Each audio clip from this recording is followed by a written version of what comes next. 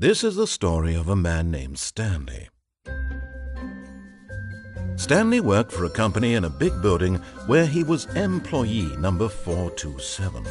Employee number 427's job was simple. He sat at his desk in room 427 and he pushed buttons on a keyboard. Orders came to him through a monitor on his desk, telling him what buttons to push, how long to push them, and in what order. This is what employee 427 did every day of every month of every year. And although others might have considered it soul-rending, Stanley relished every moment that the orders came in, as though he had been made exactly for this job. And Stanley was happy. And then one day, something very peculiar happened. Something that would forever change Stanley. Something he would never quite forget. He had been at his desk for nearly an hour when he realized that not one single order had arrived on the monitor for him to follow. No one had showed up to give him instructions, call a meeting, or even say hi. Never in all his years at the company had this happened, this complete isolation. Something was very clearly wrong. Shocked, frozen solid, Stanley found himself unable to move for the longest time. But as he came to his wits and regained his senses, he got up from his desk and stepped out of his office.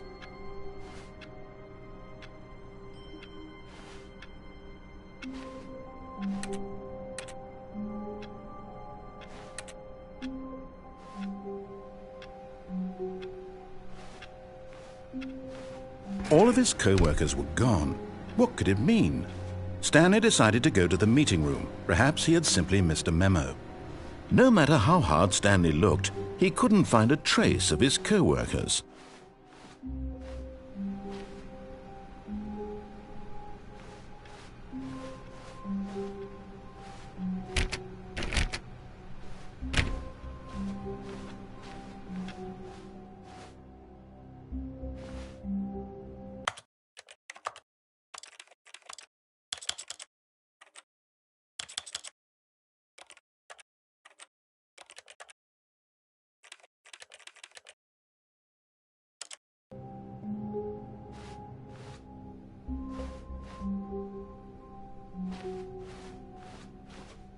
When Stanley came to a set of 2 open doors, he entered the door on his left.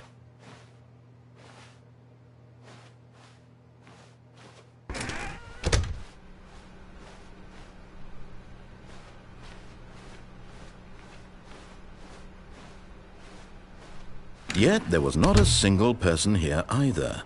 Feeling a wave of disbelief, Stanley decided to go up to his boss's office, hoping he might find an answer there.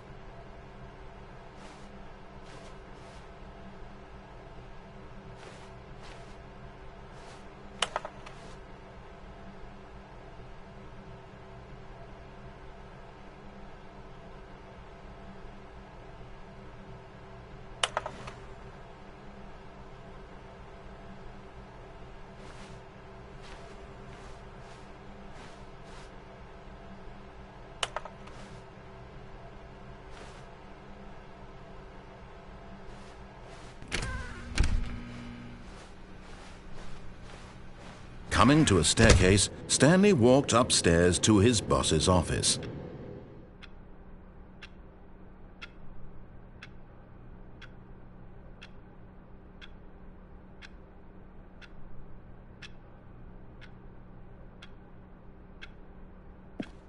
But Stanley simply couldn't handle the pressure. What if he had to make a decision? What if a crucial outcome fell under his responsibility? He had never been trained for that. No. This couldn't go anywhere except badly. The thing to do now, Stanley thought to himself, is to wait. Nothing will hurt me. Nothing will break me. In here I can be happy forever. I will be happy. Stanley waited. Hours passed, then days. Had years gone by? He no longer had the ability to tell. But the one thing he knew for sure, beyond any doubt, was that if he waited long enough, the answers would come. Eventually, someday, they would arrive. Soon, very soon now, this will end. He will be spoken to. He will be told what to do. Now it's just a little bit closer. Now it's even closer. Here it comes.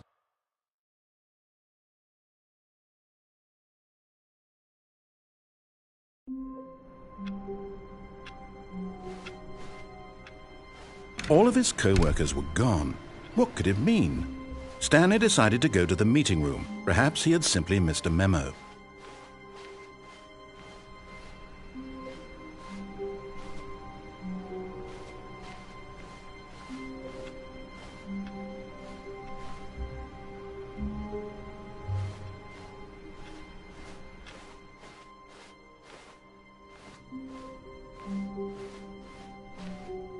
When Stanley came to a set of 2 open doors, he entered the door on his left.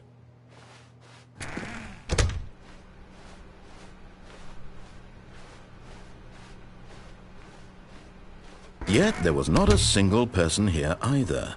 Feeling a wave of disbelief, Stanley decided to go up to his boss's office. Hoping coming to a staircase, Stanley walked upstairs to his boss's office.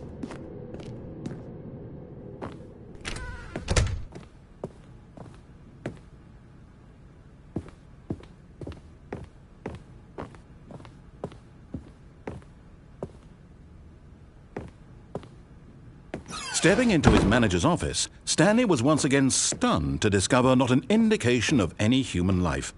Shocked, unraveled, Stanley wondered in disbelief who orchestrated this. What dark secret was being held from him? What he could not have known was that the keypad behind the boss's desk guarded the terrible truth that his boss had been keeping from him. And so the boss had assigned it an extra secret PIN number. 2845. But of course, Stanley couldn't possibly have known this. Yet incredibly, by simply pushing random buttons on the keypad, Stanley happened to input the correct code by sheer luck. Amazing. He stepped into the newly opened passageway.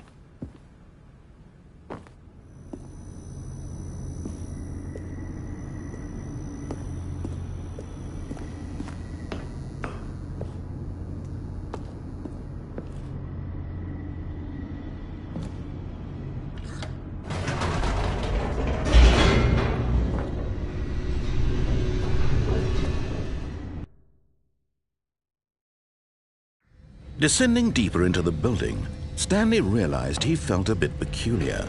It was a stirring of emotion in his chest, as though he felt more free to think for himself, to question the nature of his job. Why did he feel this now, when for years it had never occurred to him? This question would not go unanswered for long.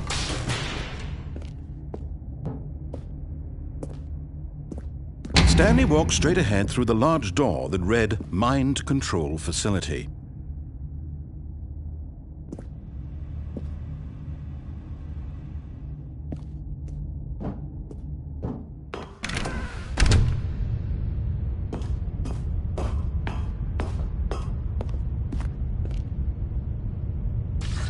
The lights rose on an enormous room packed with television screens. What horrible secret did this place hold? Stanley thought to himself. Did he have the strength to find out?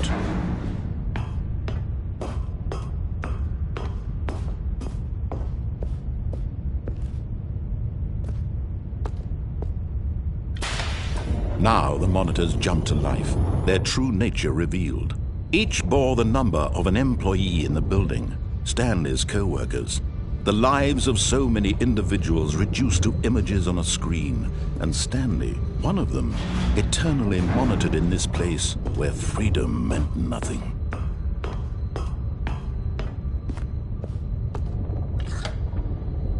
This mind control facility, it was too horrible to believe. It couldn't be true. Had Stanley really been under someone's control all this time? Was this the only reason he was happy with his boring job? That his emotions had been manipulated to accept it blindly?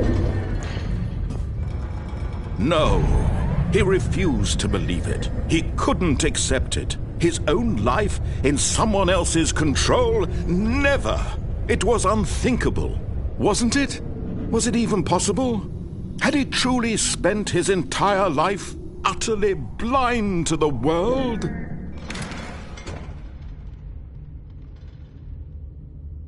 But here was the proof, the heart of the operation. Controls labeled with emotions, happy or sad or content. Walking, eating, working, all of it monitored and commanded from this very place. And as the cold reality of his past began to sink in, Stanley decided that this machinery would never again exert its terrible power over another human life. For he would dismantle the controls once and for all.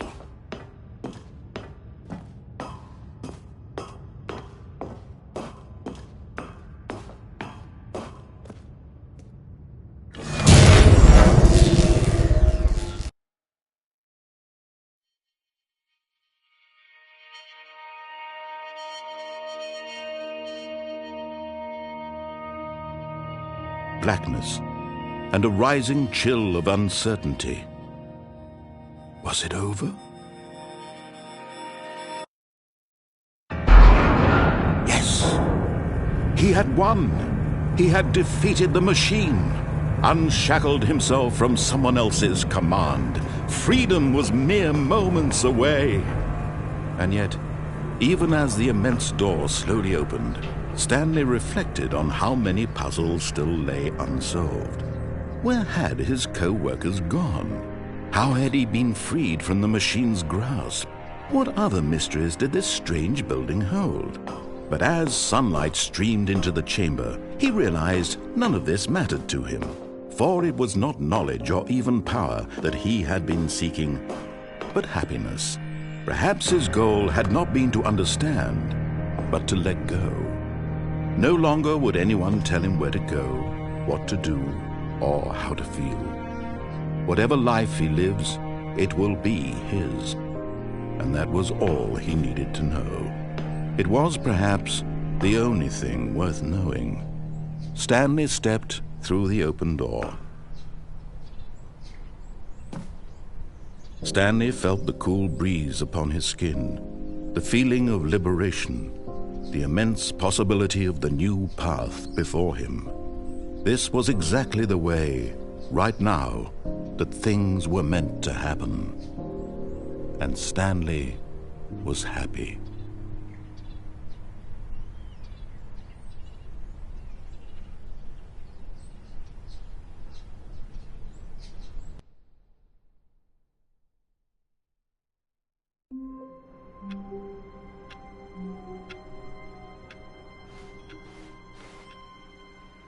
All of his co-workers were gone.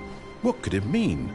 Stanley decided to go to the meeting room. Perhaps he had simply missed a memo.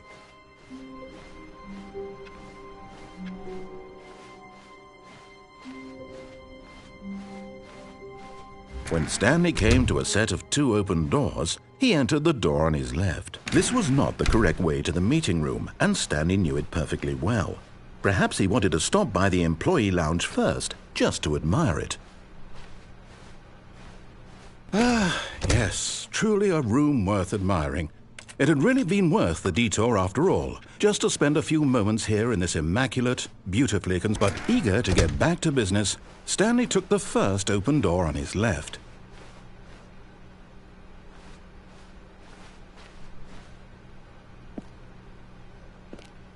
Stanley was so bad at following directions, it's incredible he wasn't fired years ago.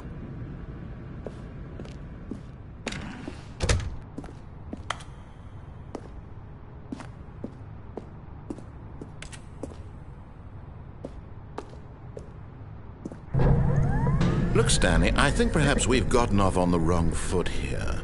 I'm not your enemy, really, I'm not. I realize that investing your trust in someone else can be difficult, but the fact is that the story has been about nothing but you all this time. There's someone you've been neglecting, Stanley. Someone you forgot. What? Really? I was in the middle of something. Do you have zero consideration for others? Are you that convinced that I want something bad to happen to you? Why, I don't know how to convince you of this, but I really do want to help you, to show you something beautiful. Look, let me prove it. Let me prove that I'm on your side. Give me a chance. Now listen carefully, this is important. Stanley walked through the red door.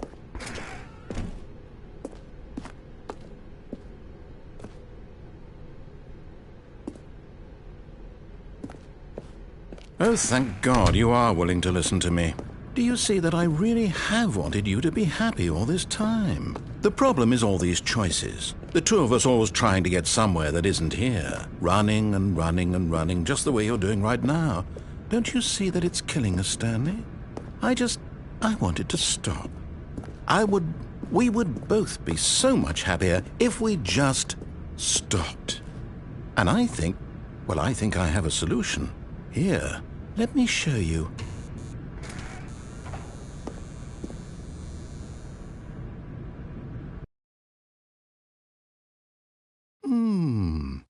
What do we want? What are we looking for?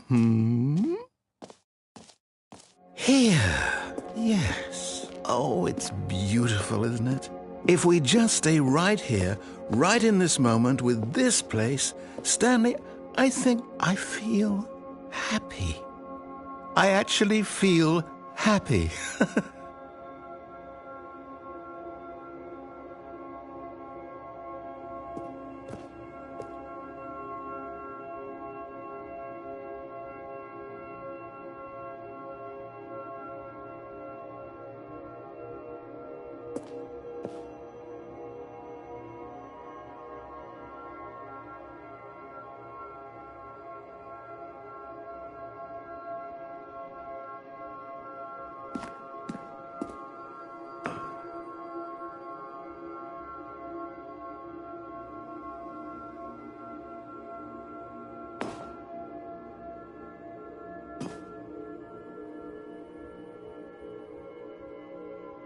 Hi.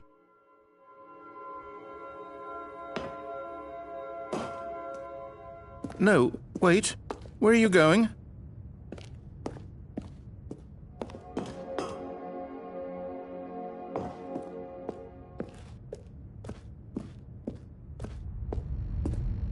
Oh no!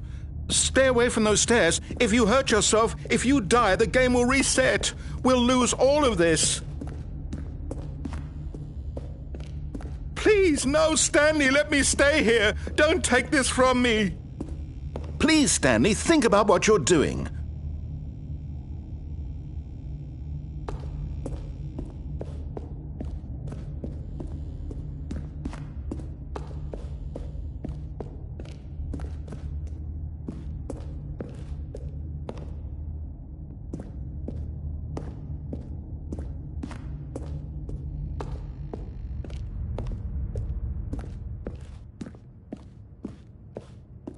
Good, good. We can't be too safe. Promise me you won't go back there. Just stay here.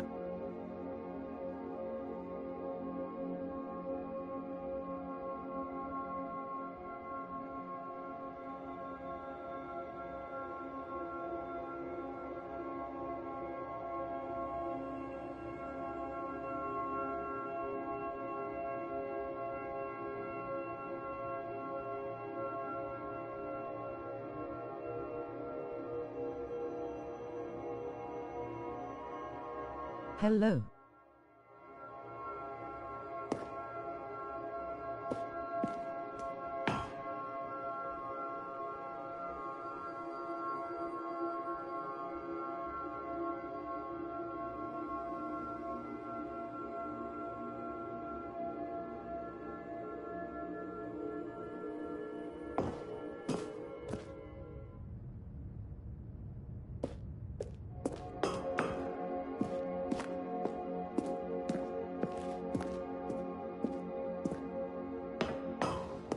No! What did we talk about? You're risking everything we achieved here. You heard me before, didn't you? You will die! What about this isn't getting through to you?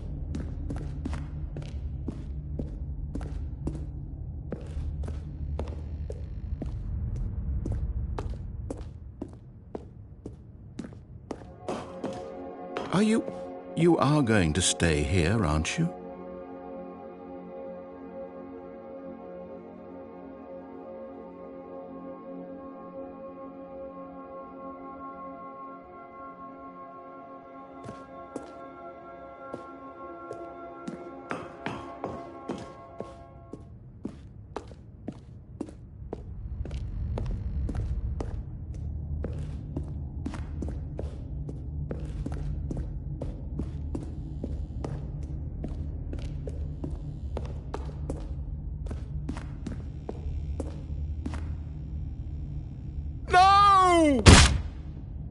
Oh, thank God.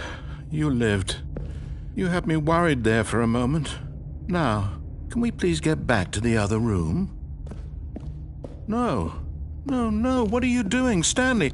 Please, I'm asking you not to take this away from me. I can't go back to what I was before. If you die, we'll both go back. Why are you doing this? Stanley, let's go back to the other room. Can you do that for me? My God, is this really how much you dislike my game? That you'll throw yourself from this platform over and over to be rid of it? You are literally willing to kill yourself to keep me from being happy. Am I reading the situation correctly?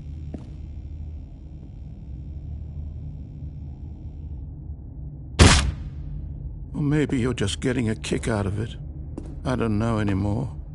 I just wanted us to get along. But I guess that was too much to ask. It looks like you wanted to make a choice after all. Well, this one is yours.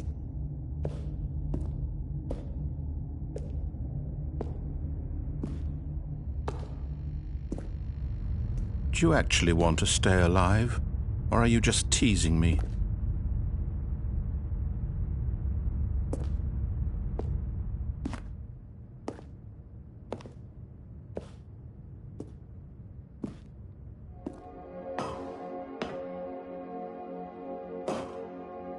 I wanted us to be happy here, Stanley. I really did.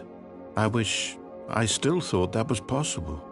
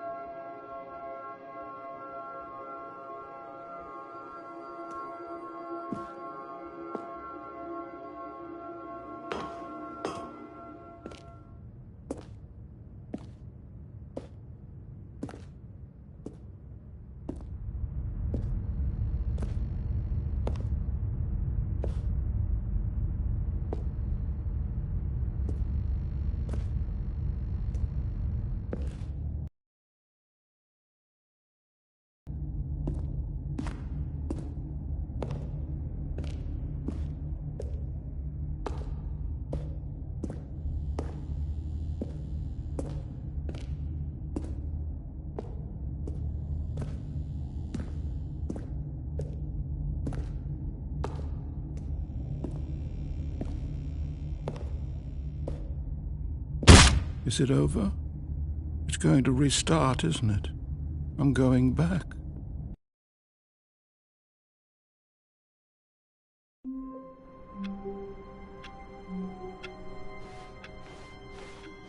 All of his co-workers were gone. What could it mean? Stanley decided to go to the meeting room. Perhaps he had simply missed a memo.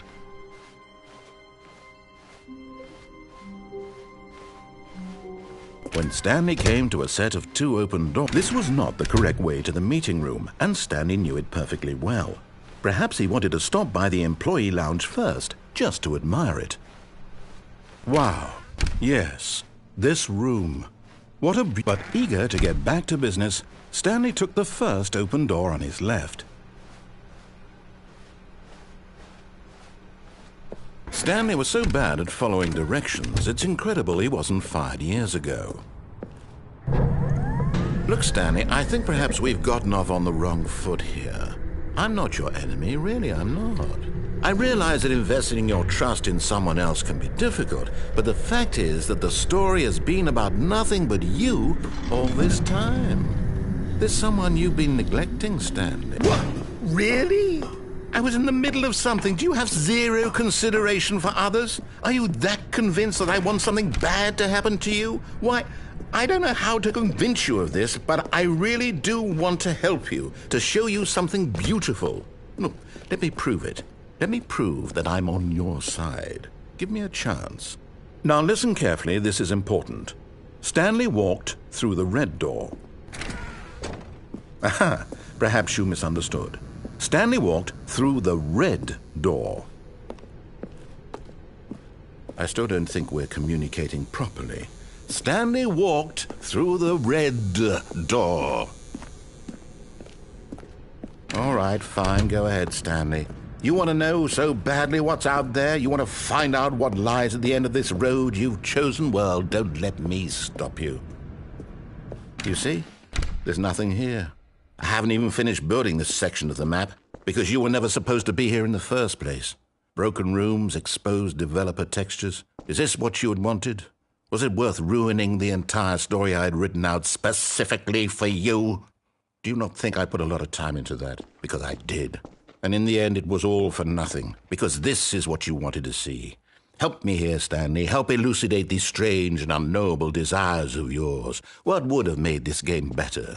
What did you want to see? Vehicles? Skill trees? Work with me. You've given me absolutely nothing so far. Tell you what, let me take a stab in the dark at a new design, and you can give me some feedback. There we go. A third option. This already feels leaps ahead of where we were before. Go ahead, Stanley. Take it for a spin. Okay, I'm going to stop you there. Now, tell me about your experience with this new version. Would you say that the game benefited from allowing you more choices? Feel free to be honest. I'm looking for some real critical feedback here. Aha! You see, I knew I was onto something. Where do these flashes of inspiration come from? How did I know the game needed a third door? Well, it's instinct mostly, a calling in your gut. I really couldn't say where the idea came from, except that I felt it in my soul. You can't teach that, Stanley. Don't even try.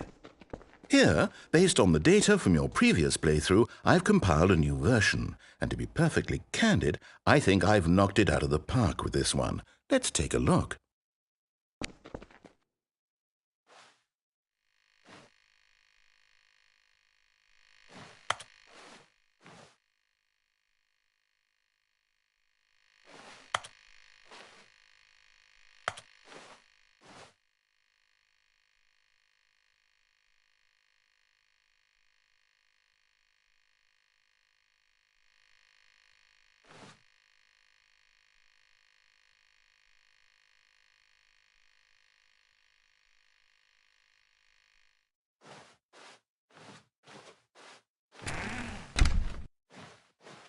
Now, would you say that competitive leaderboard helped you feel motivated to keep walking through doors? Again, honest answers, please.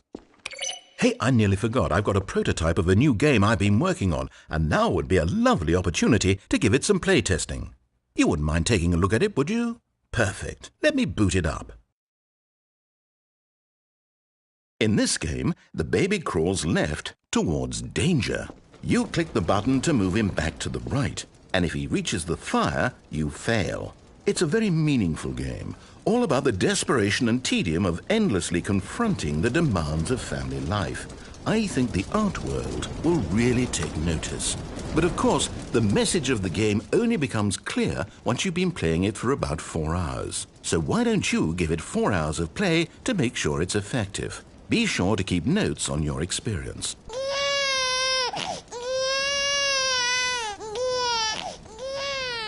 You heartless bastard.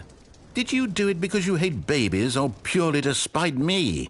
Because if it's the latter, well, I don't know what to do. I'm completely out of ideas. I can't think of a single thing that might improve the experience for me. I'm not even going to try. I'm out. I'm done. It's over. Thank you for playing. Your input was extremely valuable. Oh, hey, since my game was so awful, why don't we play someone else's game, just to ease the pain? Let's see. What do we have here? Yes, this seems like it'll work. Let's give it a shot.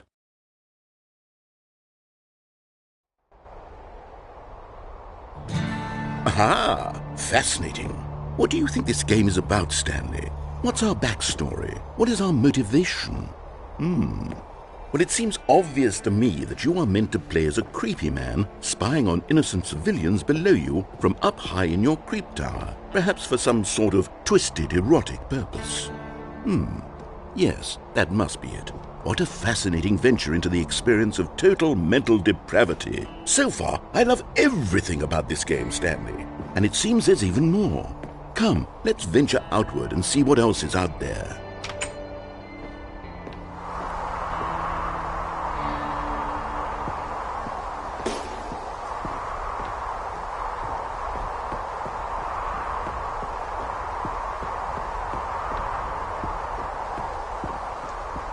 Oh, no. No, it can't be.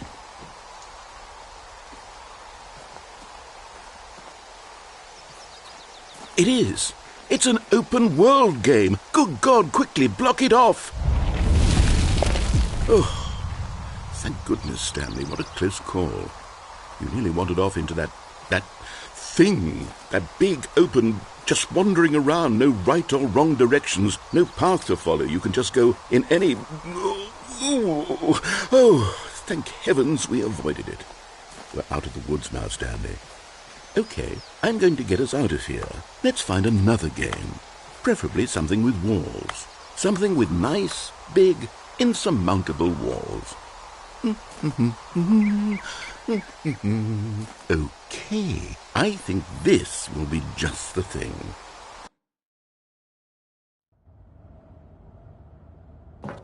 Wonderful. See, this is exactly what I had in mind. Just a nice big box for you to run around in. There isn't any possibility that you could get lost here. Now this is game design. Stanley, if you manage to get lost in this game, I will be phenomenally impressed. Okay, so what exactly do we do here? Let's see.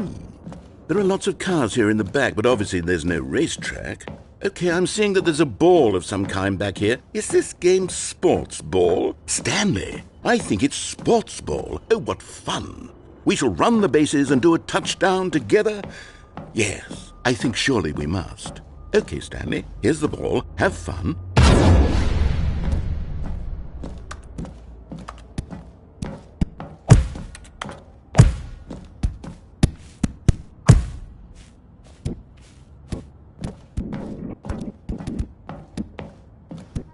Hold on. What are you doing?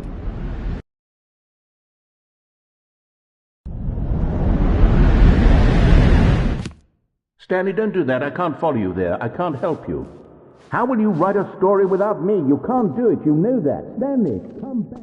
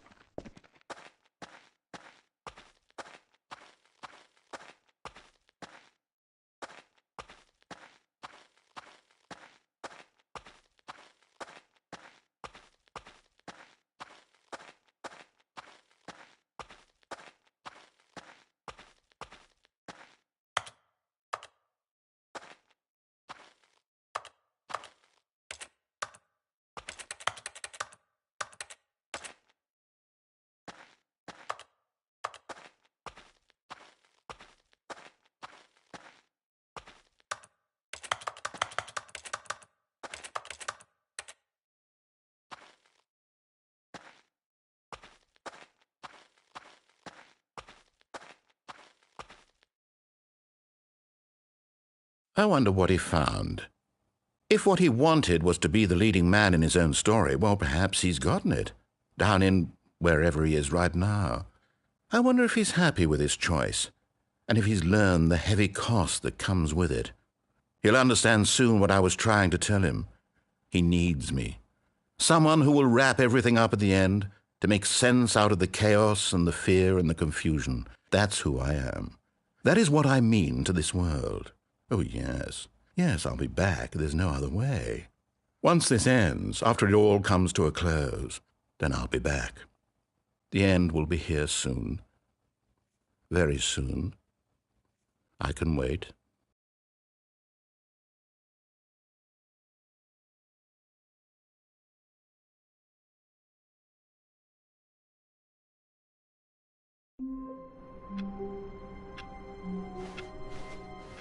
All of his co-workers were gone. What could it mean? Stanley decided to go to the meeting room. Perhaps he had simply missed a memo.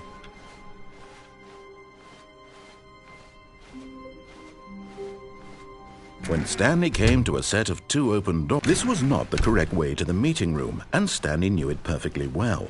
Perhaps he wanted to stop by the employee lounge first, just to admire it. The lounge was sublime, a work of art. But eager to get back to business, Stanley took the first open door on his left.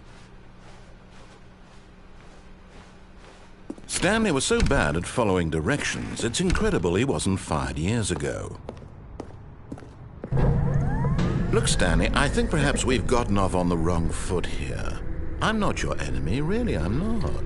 I realize that investing your trust in someone else can be difficult, but the fact is that the story has been about nothing but you all this time. There's someone you've been neglecting, Stanley. What?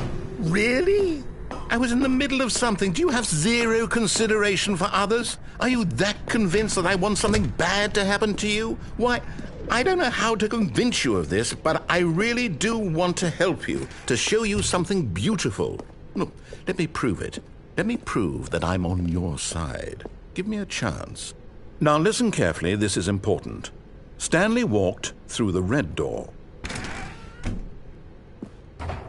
Aha, perhaps you misunderstood.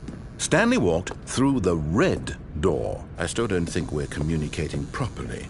Stanley walked through the red... All right, fine, go ahead, Stanley. You want to know so badly what's out there? You want to find out what lies at the end of this road you've chosen? Well, don't let me stop you. You see? There's nothing here. I haven't even finished building this section of the map, because you were never supposed to be here in the first place.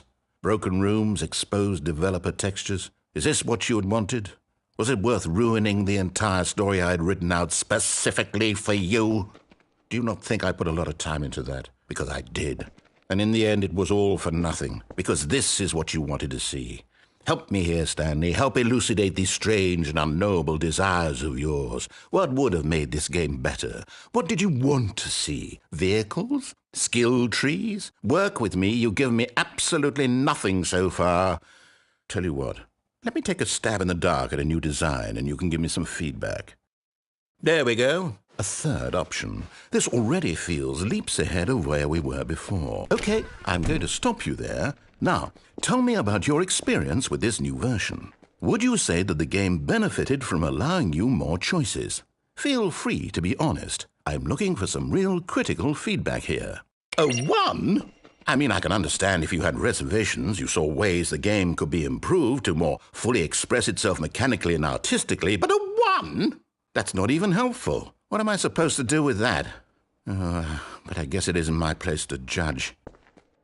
Here, based on the data from your previous playthrough, I've compiled a new version. And to be perfectly candid, I think I've knocked it out of the park with this one. Let's take a look.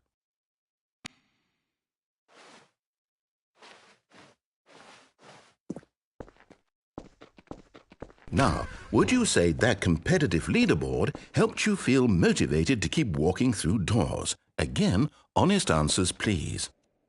Hey, I nearly forgot. I've got a prototype of a new game I've been working on, and now would be a lovely opportunity to give it some playtesting. You wouldn't mind taking a look at it, would you? Perfect. Let me boot it up. In this game, the baby crawls left towards danger. You click the button to move him back to the right. And if he reaches the fire, you fail. It's a very meaningful game, all about the desperation and tedium of endlessly confronting the demands of family life. I think the art world will really take notice. But of course, the message of the game only becomes clear once you've been playing it for about 4 hours. So why don't you give it 4 hours of play to make sure it's effective? Be sure to keep notes on your experience.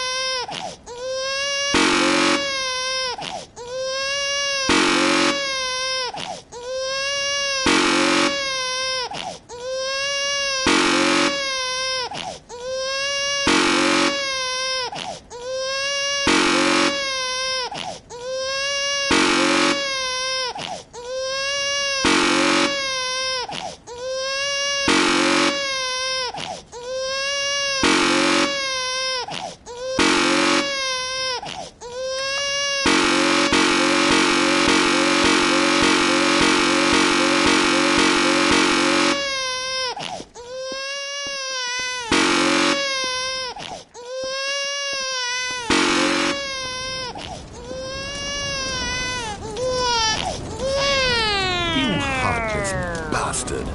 Did you do it because you hate babies or purely to spite me? Because if it's the latter, well, I don't know what to do. I'm completely out of ideas. I can't think of a single thing that might improve the experience for me. I'm not even going to try. I'm out. I'm done. It's over. Thank you for playing. Your input was extremely valuable. Oh, hey, since my game was so awful, why don't we play someone else's game, just to ease the pain? Let's see. What do we have here? Yes, this seems like it'll work. Let's give it a shot.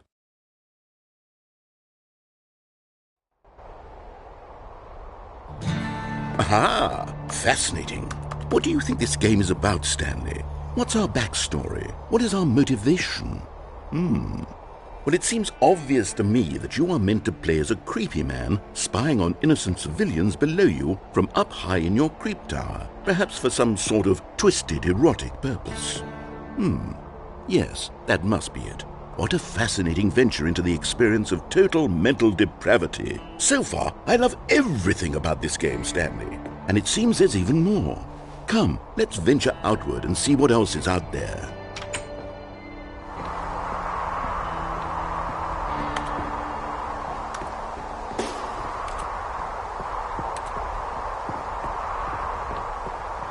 Oh, no. No, it can't be.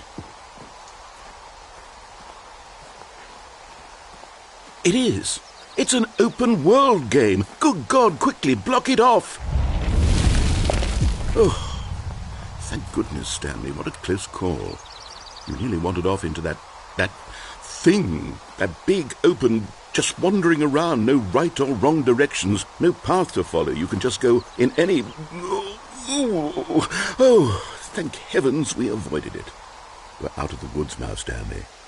Okay, I'm going to get us out of here. Let's find another game. Preferably something with walls. Something with nice, big, insurmountable walls. Okay, I think this will be just the thing.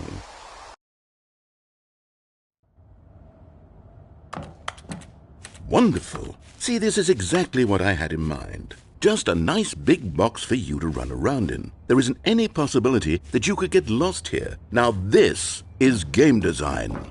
Stanley, if you manage to get lost in this game, I will be phenomenally impressed. Okay, so what exactly do we do here? Let's see. There are lots of cars here in the back, but obviously there's no racetrack. Okay, I'm seeing that there's a ball of some kind back here. Is this game sports ball? Stanley, I think it's sports ball. Oh, what fun. We shall run the bases and do a touchdown together. Yes, I think surely we must. Okay, Stanley, here's the ball. Have fun.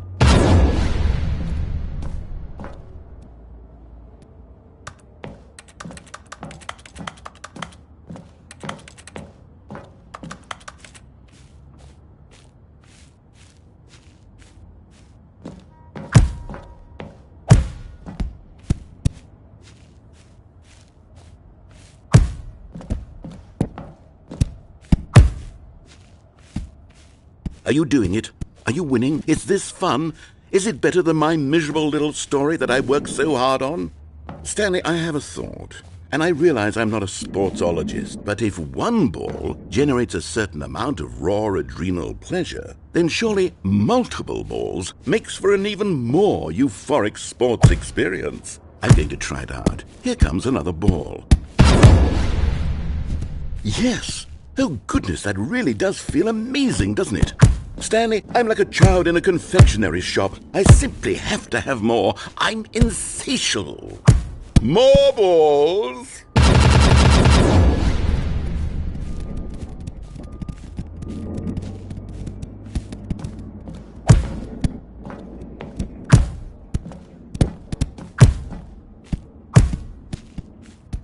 Are you enjoying this, Stanley?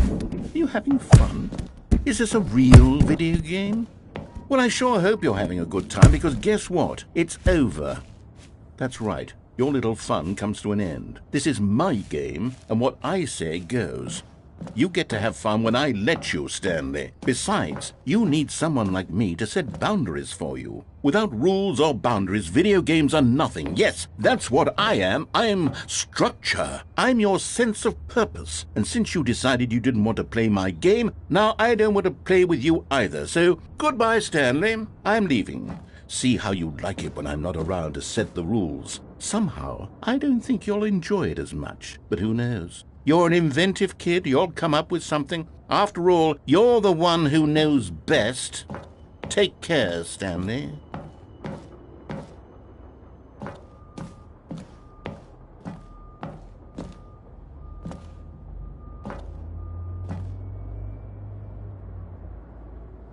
Hold on. What are you doing?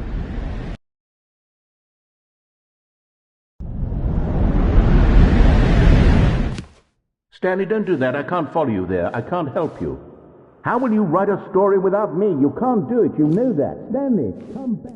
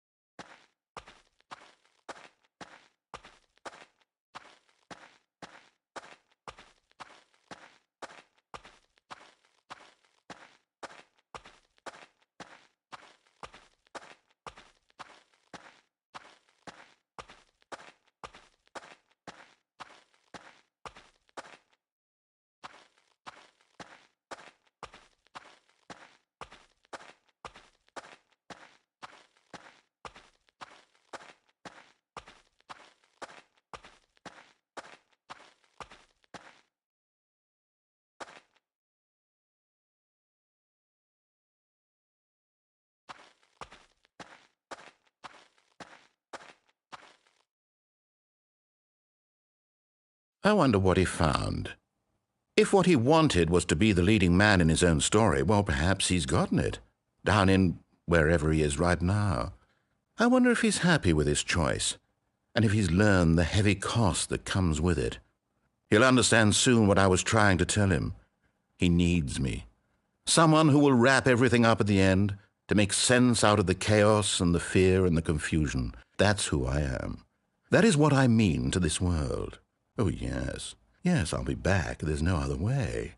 Once this ends, after it all comes to a close, then I'll be back. The end will be here soon.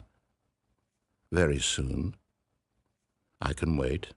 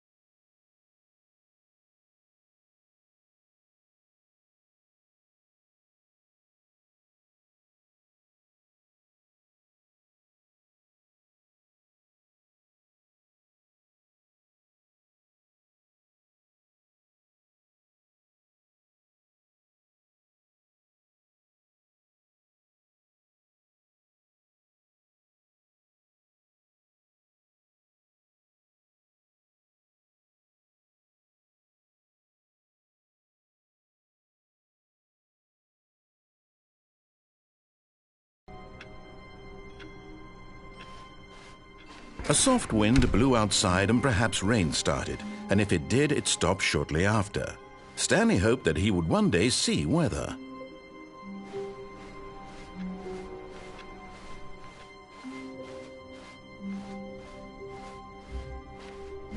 When Stanley came to a set of 2 open doors, he entered the door on his left.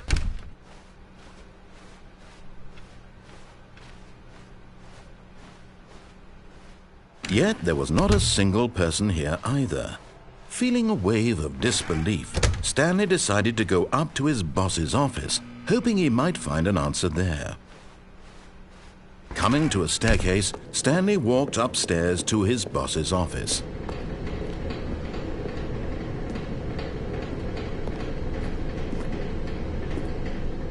But Stanley just couldn't do it. He considered the possibility of facing his boss. Admitting he had left his post during work hours, he might be fired for that. And in such a competitive economy, why had he taken that risk? All because he believed everyone had vanished? His boss would think he was crazy. And then something occurred to Stanley. Maybe, he thought to himself, maybe I am crazy. All of my co-workers blinking mysteriously out of existence in a single moment for no reason at all? None of it made any logical sense. And as Stanley pondered this, he began to make other strange observations. For example, why couldn't he see his feet when he looked down?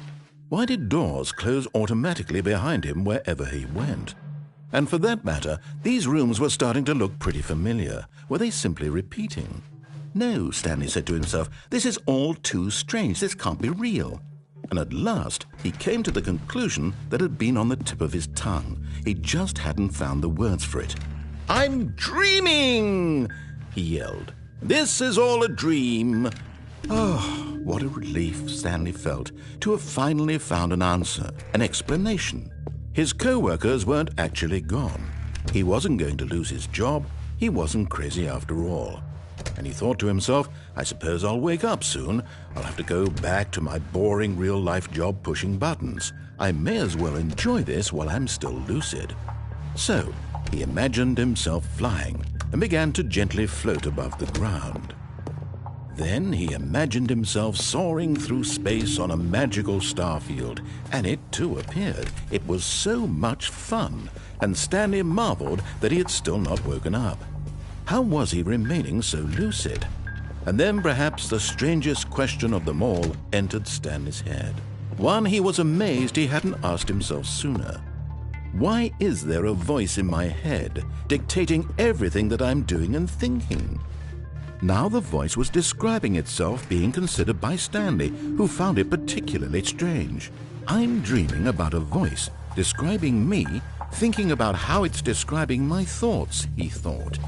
And while he thought it all very odd and wondered if this voice spoke to all people in their dreams, the truth was that, of course, this was not a dream. How could it be? Was Stanley simply deceiving himself, believing that if he's asleep, he doesn't have to take responsibility for himself?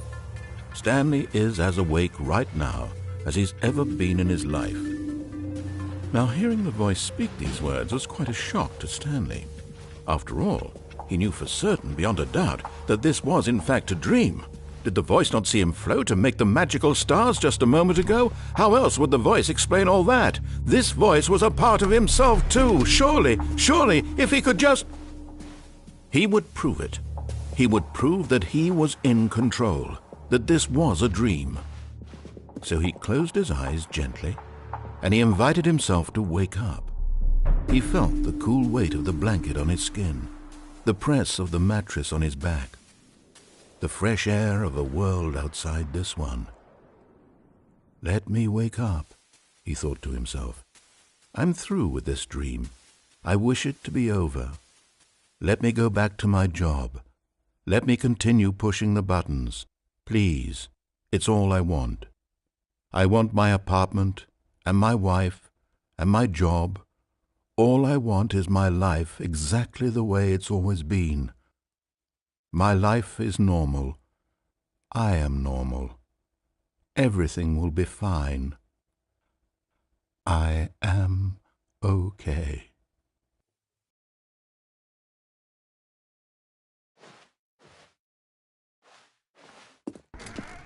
Stanley began screaming.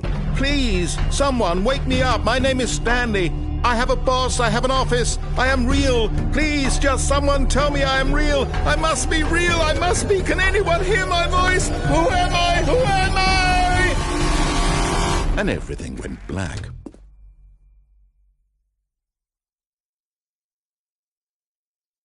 This is the story of a woman named Mariella.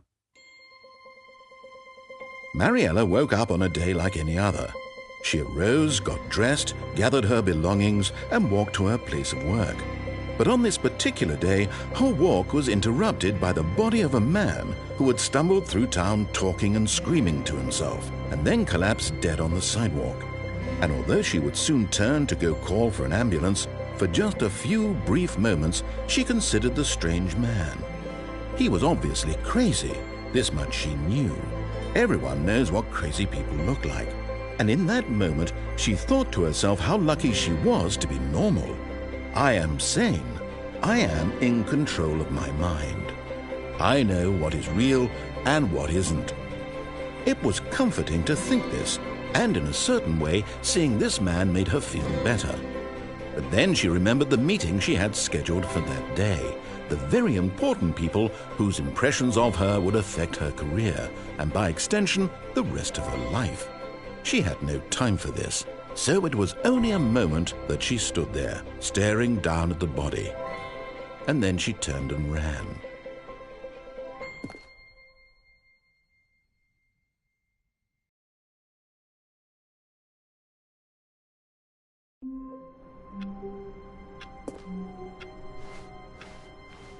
All of his co-workers were gone. What could it mean? Stanley decided to go to the meeting room. Perhaps he had simply missed a memo.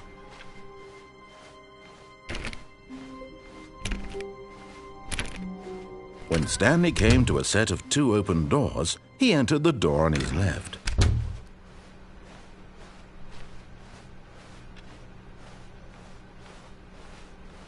Yet there was not a single person here either. Feeling a wave of disbelief, Stanley decided to go up to his boss's office, hoping he might find an answer there. Stanley stepped into the broom closet, but there was nothing here, so he turned around and got back on track.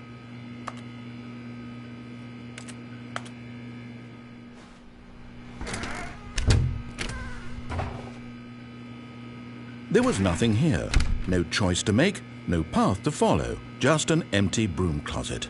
No reason to still be here.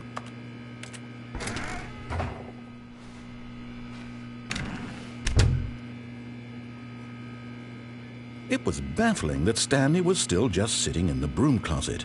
He wasn't even doing anything. At least if there was something to interact with, he'd be justified in some way. As it is, he's literally just standing there doing sweet FA.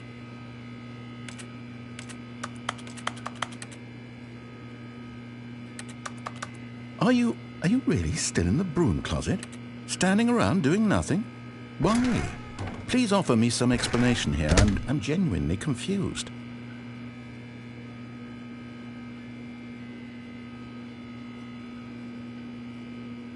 You do realize there's no choice or anything in here, right?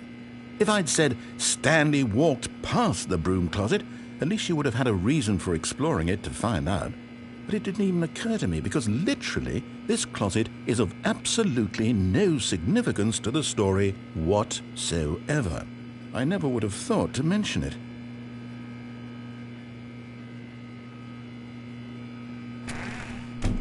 Maybe to you this is somehow its own branching path. Maybe when you go talk about this with your friends you'll say, "Oh, did you get the broom closet ending? The broom closet ending was my favorite." I hope your friends find this concerning.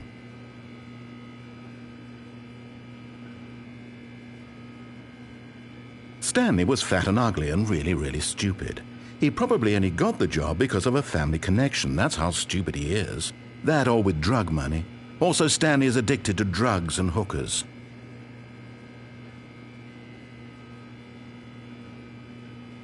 Well, I've come to a very definite conclusion about what's going on right now. You're dead.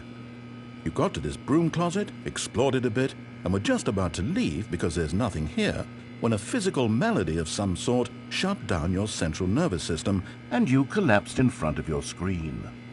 Well, in a situation like this, the responsible thing is to alert someone nearby so as to ensure that your body is taken care of before it begins to decompose. Hello? Anyone who happens to be nearby? The person at this computer is dead. They have fallen prey to any number of your countless human physiological vulnerabilities. It's indicative of the long-term sustainability of your species. Please remove their corpse from the area and instruct another human to take their place, making sure they understand basic first-person video game mechanics and filling them in on the history of narrative tropes in video gaming, so that the irony and insightful commentary of this game is not lost on them. All right, when you've done that, just step out into the hallway.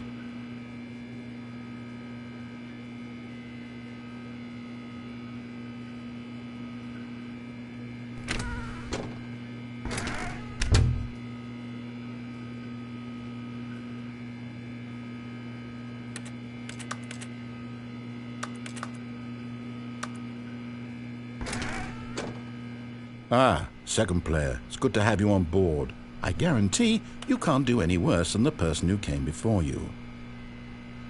You too? Unbelievable.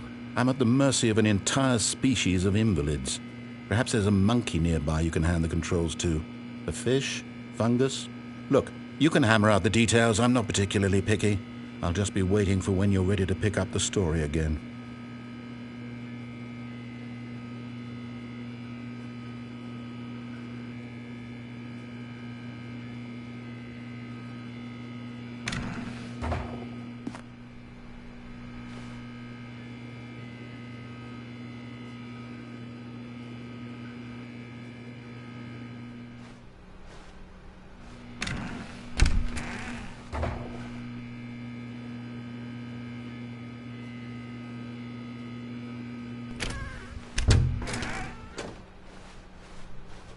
Coming to a staircase, Stanley walked upstairs to his boss's office.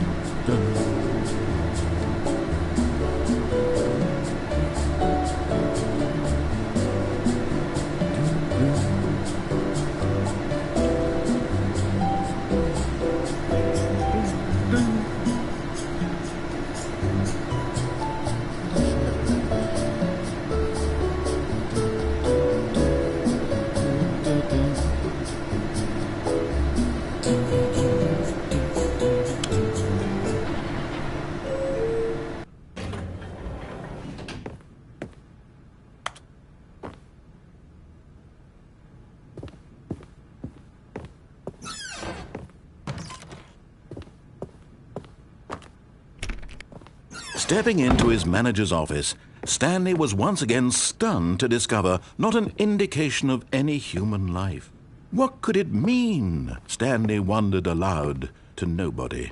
He began wildly tearing through papers on the boss's desk, pulling books off the shelf, looking behind paintings, desperate for clues to his situation. But his attention was caught by a keypad behind the boss's desk. What could its purpose be? In fact, this keypad guarded the terrible secret that lay buried below his feet. And so the boss had assigned it an extra secret PIN number, 2845. But of course, Stanley couldn't possibly have known this.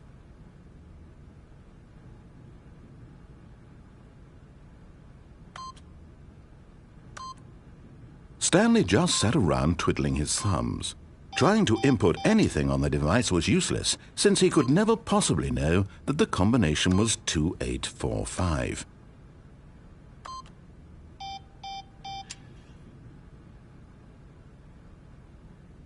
"2845.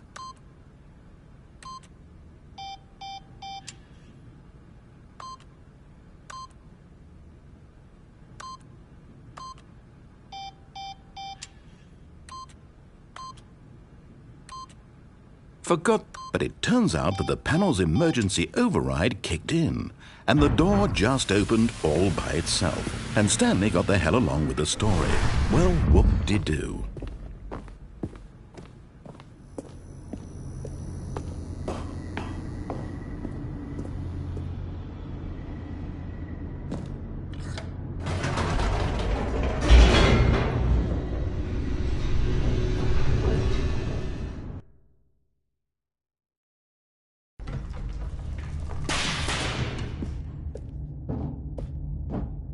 Stanley walked straight ahead through the large door that read Mind Control Facility.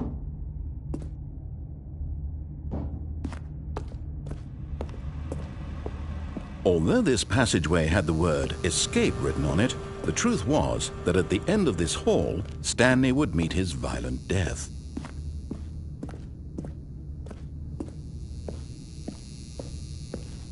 The door behind him was not shut. Stanley still had every opportunity to turn around and get back on track.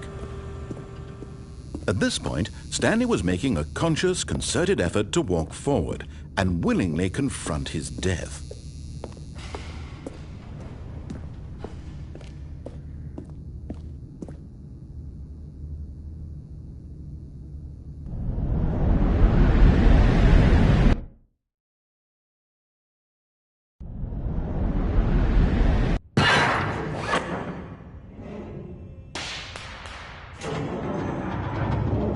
As the machine whirred into motion and Stanley was inched closer and closer to his demise, he reflected that his life had been of no consequence whatsoever. Stanley can't see the bigger picture. He doesn't know the real story, trapped forever in his narrow vision of what this world is. Perhaps his death was of no great loss, like plucking the eyeballs from a blind man. And so he resigned and willingly accepted this violent end to his brief and shallow life. Farewell, Stanley.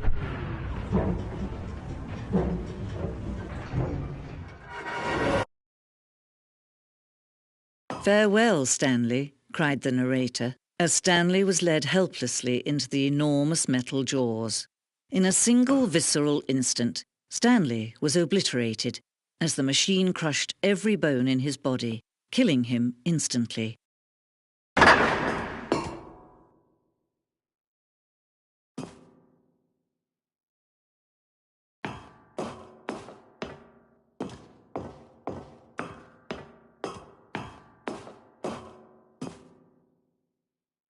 And yet it would be just a few minutes before Stanley would restart the game, back in his office, as alive as ever. What exactly did the narrator think he was going to accomplish?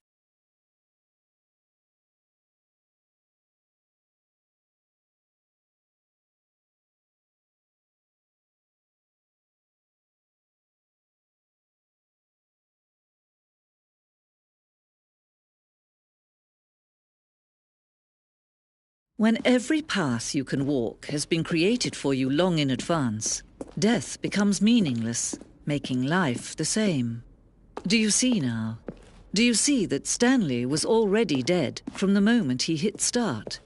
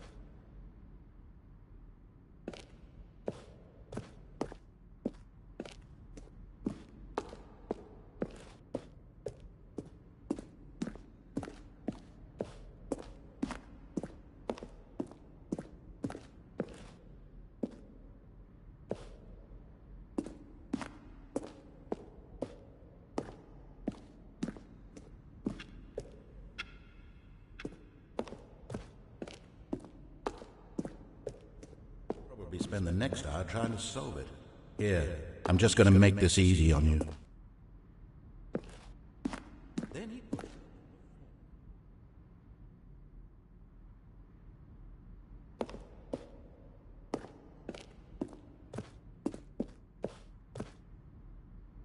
Stanley jumped in the river.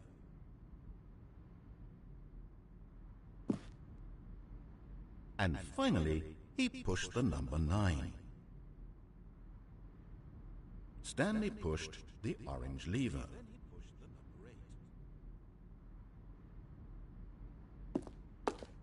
Stanley stood on the snow. Red button. Now look closely, Stanley. See how it's impossible for the player to do anything in this room? Perfect example of poor level design. Still nothing. Textbook mistake. I don't know. It's the kind of thing you'd pick up on intuitively if you had even the most fundamental understanding of good and bad game design. But of course...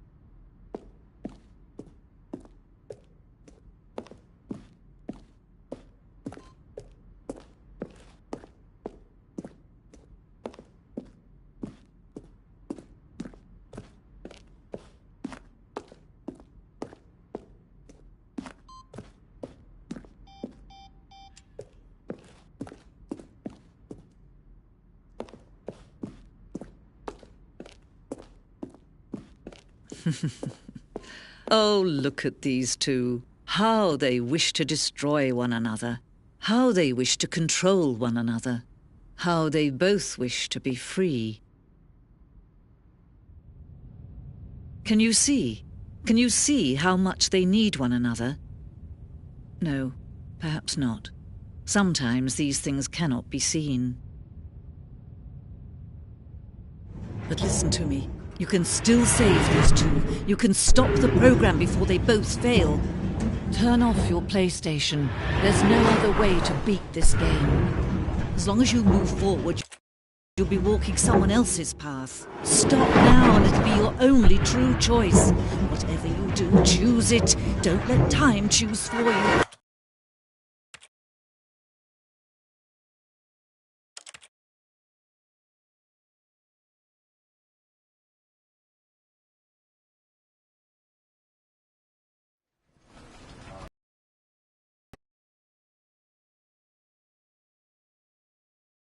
This is the story. All of his co-workers were gone. What could it mean? Stanley decided to go to the meeting room. Perhaps he had simply missed a memo. No matter how hard Stanley looked, he couldn't find a trace of his co-workers.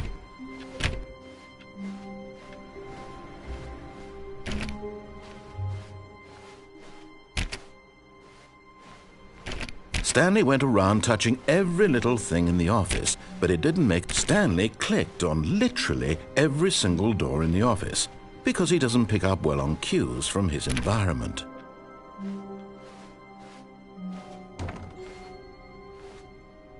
Oh, new content? What does that mean, new content?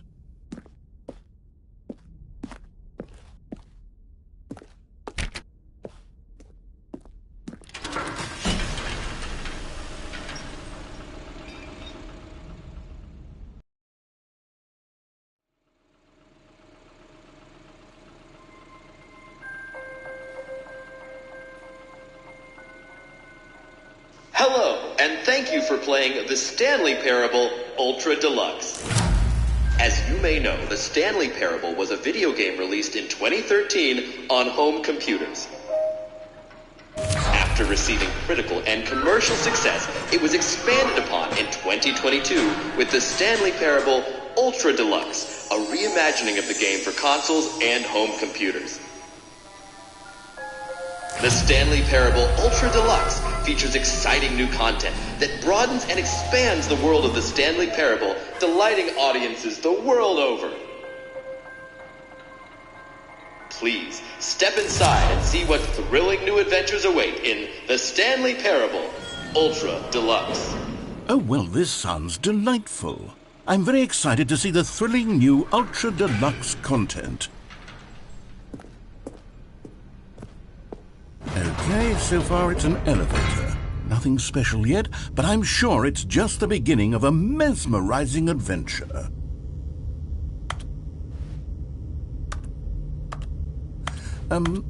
Is it broken? What's going on here? Should we be moving somewhere or... Oh, there we go. All right, finally, at long last, it's on to the new content. I've never been more ready. Let's do it.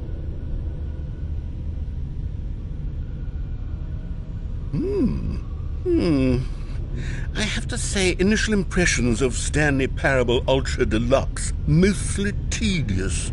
It's as if them... Oh, okay. Let's see the content. Gimme the content, Stanley.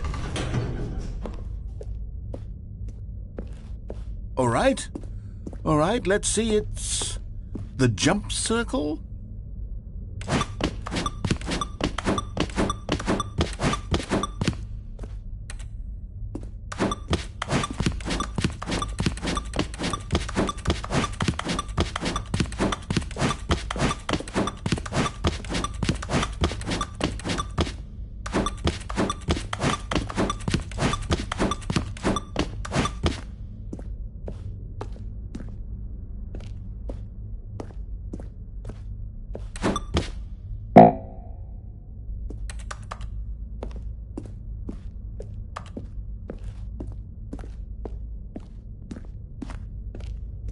Is that it? Surely that's not all the new content. There has to be something else, right? Goodness, another elevator. Stanley, I have to say, initial impressions of this game are not positive. It's just elevators and jumping.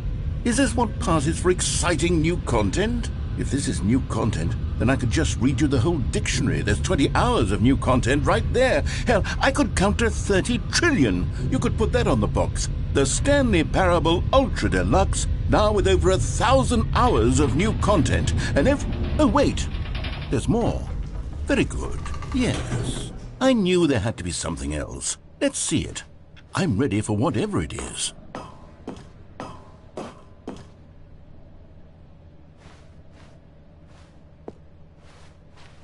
That's it? Oh, you've got to be kidding me. You see, Stanley? This is what happens when greedy video game developers with no respect for their fan base rush a cheap expansion to market for no reason other than to make an easy dollar. And don't get me started on the level of craftsmanship that's gone into it. In fact, I'm looking right now at the game's trophies, and it's hard to believe one of them actually says, "Test trophy, please ignore." What quality assurance department signed off on this?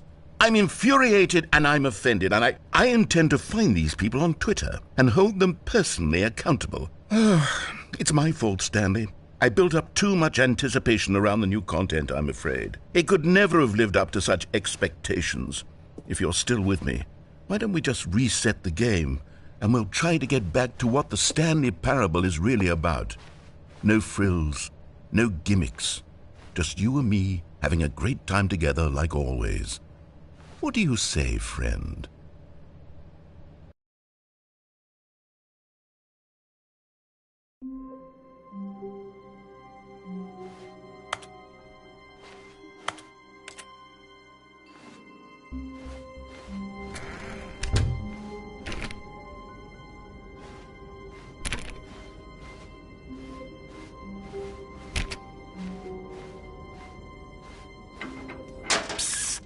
Stanley, come over here. In the vent. I want to show you something.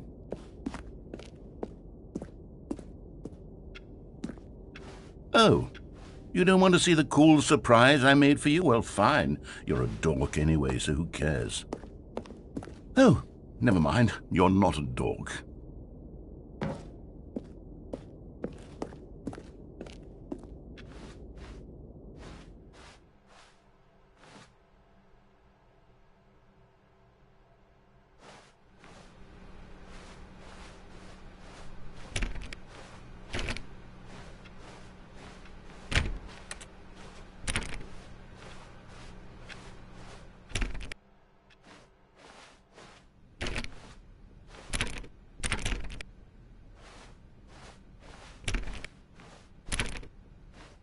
When Stanley came to a set of 2 open doors, he entered the door on his left.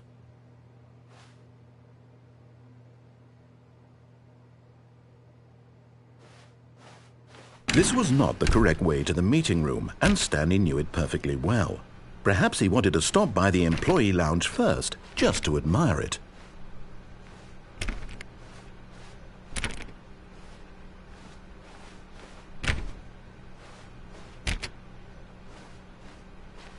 Standing now in this incredible room, Stanley for the first time understood true happiness. Then the feeling went away, and he felt sad again. Then it came, but eager to get back to business, Stanley took the first open door on his left.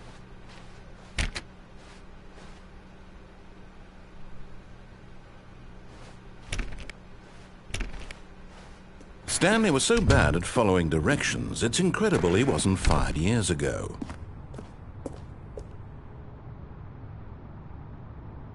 But in his eagerness to prove that he is in control of the story and no one gets to tell him what to do, Stanley leapt from the platform and plunged to his death. Good job, Stanley. Everyone thinks you are very powerful.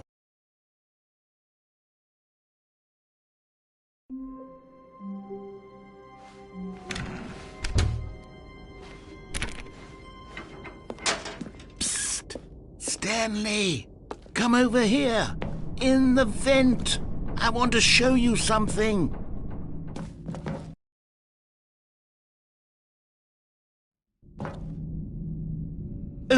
You remember how cheap and unsatisfying the new Ultra Deluxe content turned out to be? Well, it got me thinking about the past and how much better the Stanley Parable used to be.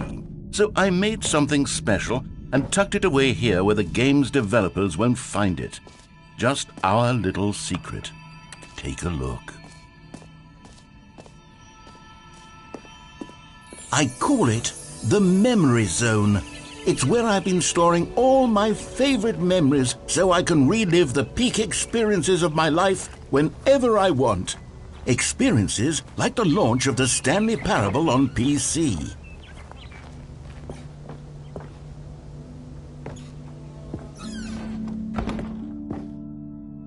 You see, Stanley, doesn't the Memory Zone remind you of how wonderful Stanley Parable was before it was sullied with a cheap PlayStation port?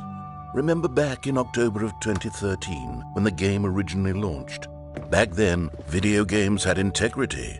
Back then, it all meant something. Oh, the waste.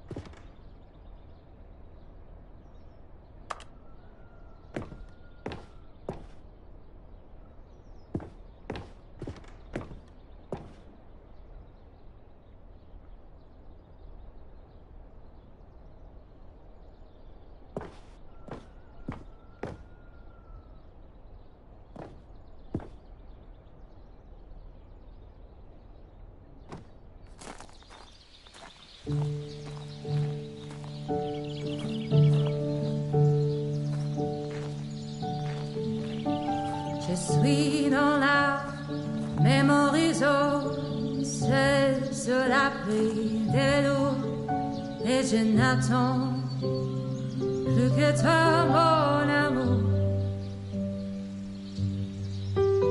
C'est là, dans la Memory Zone, où je me remémore les jours où je t'ai rencontré, mon amour. Mais ici, c'est aussi où je me souviens de la sortie de The Stanley Parable.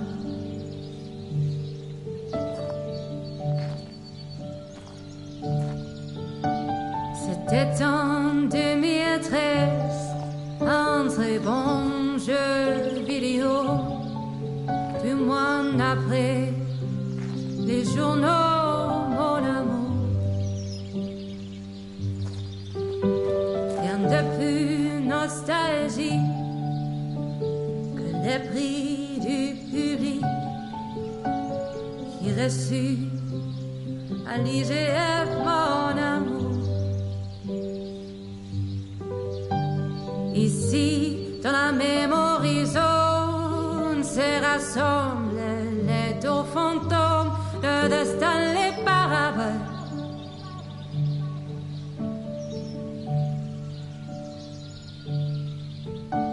Nous sommes dans la Memory Zone, et me voilà pris de coup. Ne me force pas à choisir, mon amour. J'aimais la version d'hier, la nouvelle fera-t-elle l'affaire? Plus j'y pense, plus je te perds. Voilà pourquoi maintenant j'erre dans la Memory Zone.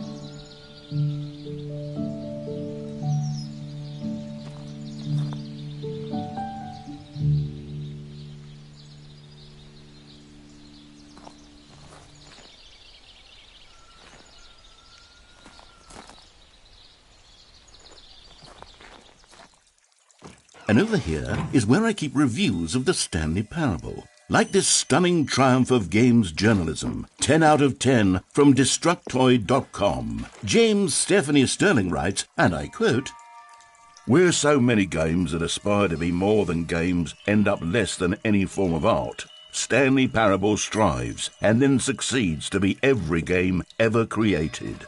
Did you hear that, Stanley? Every game ever created. That's how grand and all-encompassing the original Stanley Parable was.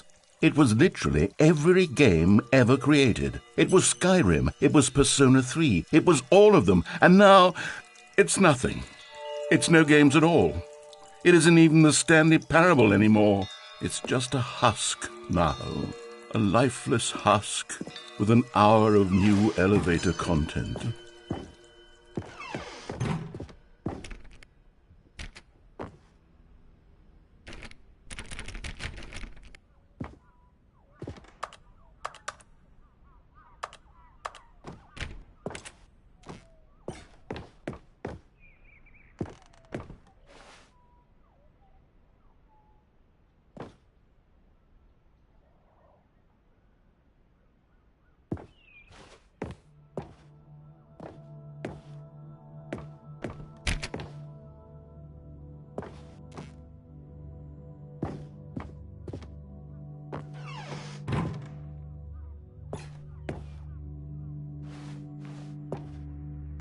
Here's another moving passage, this time from GameSpot.com. The Stanley Parable is both a richly stimulating commentary on the nature of choice in games and one that offers some of the most enjoyable, surprising, and rewarding choices I've ever been confronted with in a game. 9 out of 10. Don't you get it, Stanley? The game was perfect. It didn't need anything else. It didn't need new content. All they had to do was transport it in pristine condition along to the PlayStation. Boom, done. And they couldn't even do that. Couldn't resist the urge to go meddling with a beloved franchise.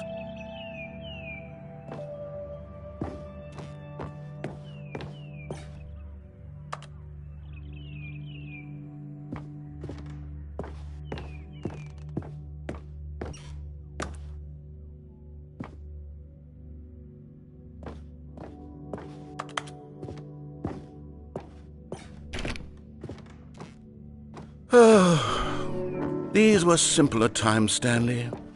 But I wouldn't give to go back, to have it all over again. Wait, hang on. I don't recall this part of the memory zone before. What's this? What's down here?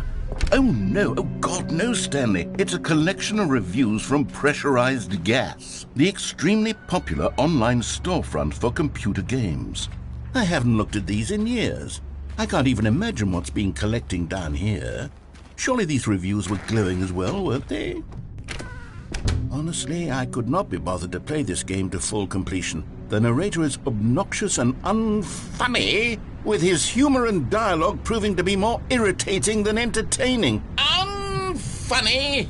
I'm not trying to be funny. I'm trying to make a serious work of art. I suppose I could write up a handful of gags to insert into the Stanley Parable, but the game is already such a densely layered web of profound philosophical insights that I can't even imagine where I'd have the room to stick them.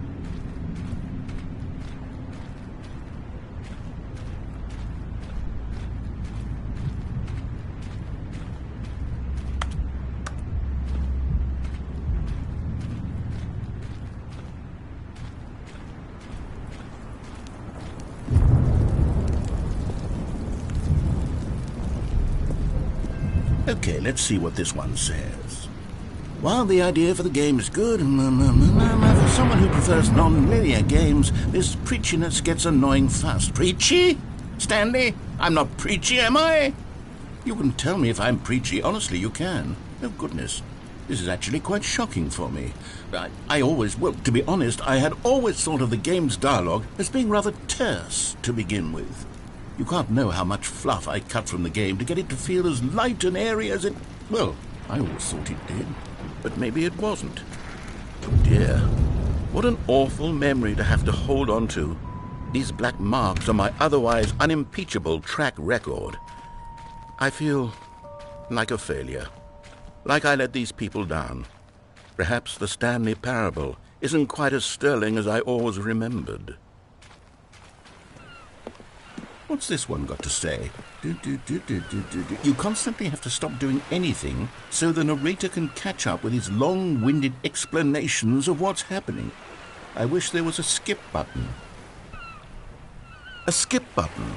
Well, yes. Yes, I think we can do that. If I'm truly too preachy, then maybe letting you skip ahead for just a moment, surely it couldn't hurt.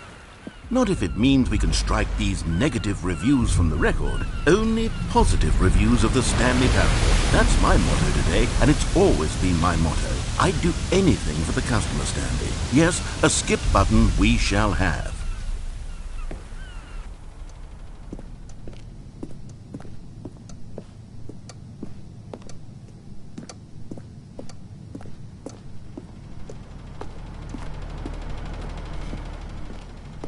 And here it is. Go ahead and give it a shot. I'll pop you forward in time so that the second my incessant droning starts to bore you, with just the push of a button, you'll have zipped right past it. It's what the players have been asking for, and I'm very proud to have delivered. No more listening to me rambling on and on and on. No. The Stanley Parable is a game for the people.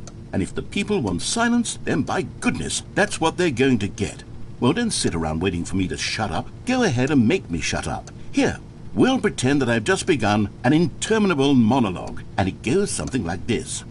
The story, and the choices, or what have you, and therefore, by becoming it is, so on and so forth, until inevitably, we all until the end of time, at which time everything all at once, so, now you see, blah, blah, blah, blah, blah, blah, blah, blah, blah, blah, blah, blah, blah, blah, blah. We've eaten too much and it can't be just yet, no, until 245. But the logic of elimination working backwards, the deduction therefore becomes impossible to manufacture. It went on for nearly 10,000 years, until just yesterday, here and there, forward and back, and never a moment before lunchtime. It can't be. It's the only thing there is. How many billions left until so much more than forever ago? Which is why I say... The story, and the choices, or what have you, and therefore, by becoming it is, so on and so forth, until inevitably, we all until the end of time, at which time everything all at once, so, now you see, blah, blah, blah, blah, blah, blah, blah, blah, blah, blah, blah, blah, blah, blah. We've eaten too much and it can't be just yet, no, until 245. But the logic of elimination working backwards, the deduction therefore becomes impossible to manufacture. It went on for nearly 10,000 years, until just yesterday, here and there, forward and back, and never a moment before lunchtime. It can't be. It's the only thing there is. How many billions left until so much more than forever ago? Which is why I say... The story, and the choices, or what have you, and therefore, by becoming it is, so on and so forth, until inevitably, we all until the end of time, at which time everything all at once, so, now you see, blah, blah, blah, blah, blah, blah, blah, blah, blah, blah, blah, blah, blah, blah, blah. We've eaten too much and it can't be just yet, no, until 245. But the logic of elimination working backwards, the deduction therefore becomes impossible to manufacture. It went on for nearly 10,000 years, until just yesterday, here and there, forward and back, and never a moment before lunchtime. It can't be. It's the only thing there is. How many billions left until so much more than forever ago? Which is why I say... The story, and the choices, or what have you, and therefore, by becoming it is, so on and so forth, until inevitably, we all until the end of time, at which time everything all at once, so, now you see, blah, blah, blah, blah, blah, blah, blah, blah, blah, blah, blah, blah, blah, blah, blah. We've eaten too much and it can't be just yet, no, until 245. But the logic of elimination working backwards, the deduction therefore becomes impossible to manufacture. It went on for nearly 10,000 years, until just yesterday, here and there, forward and back, and never a moment before lunchtime. It can't be. It's the only thing there is. How many billions left until so much more than forever ago? Which is why I say... The story, and the choices, or what have... Oh, you're back, you see. You were only frozen in time for a few minutes, but it was plenty of time for me to deliver a long, rambling monologue full of unnecessary verbal flourishes and lengthy ruminations on the nature of choice in video games.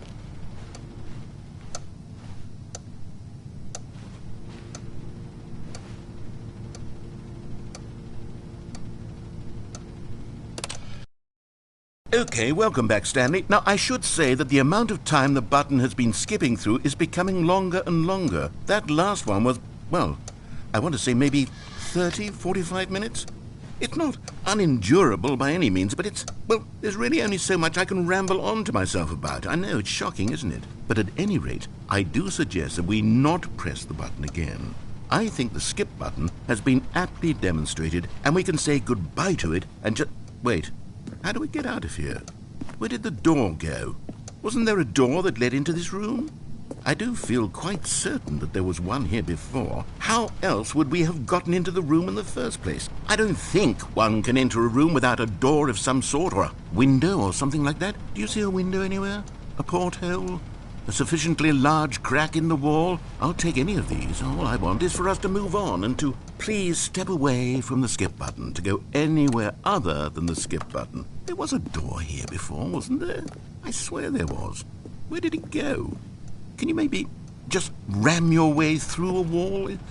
Is there any possibility that you could, say, slam your body into the wall until enough damage is done for you to be able to leave? Please, I'll take any option at all. I'm asking you to work with me here. We need a door.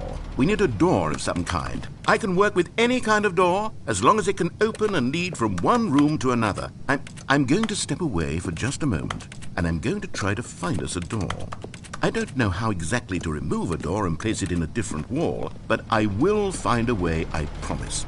You just need to not do anything. Don't press the skip button. Please, please, please do not press the skip button. Just wait here for me, and don't press the skip button. Got it? Yes, good. I'll be right back.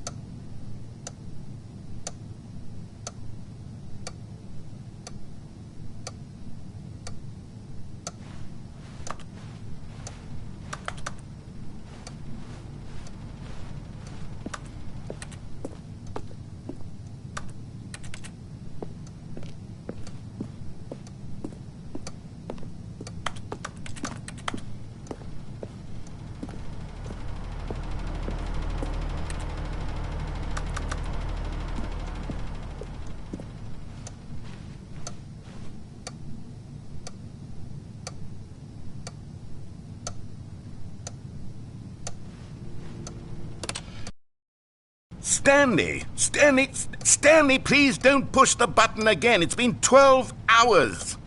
You've just been frozen there. I don't know why the skips are getting longer, but they're really, truly getting longer, and my God, there's no way out of the room. Stanley, the door is gone. It's completely gone.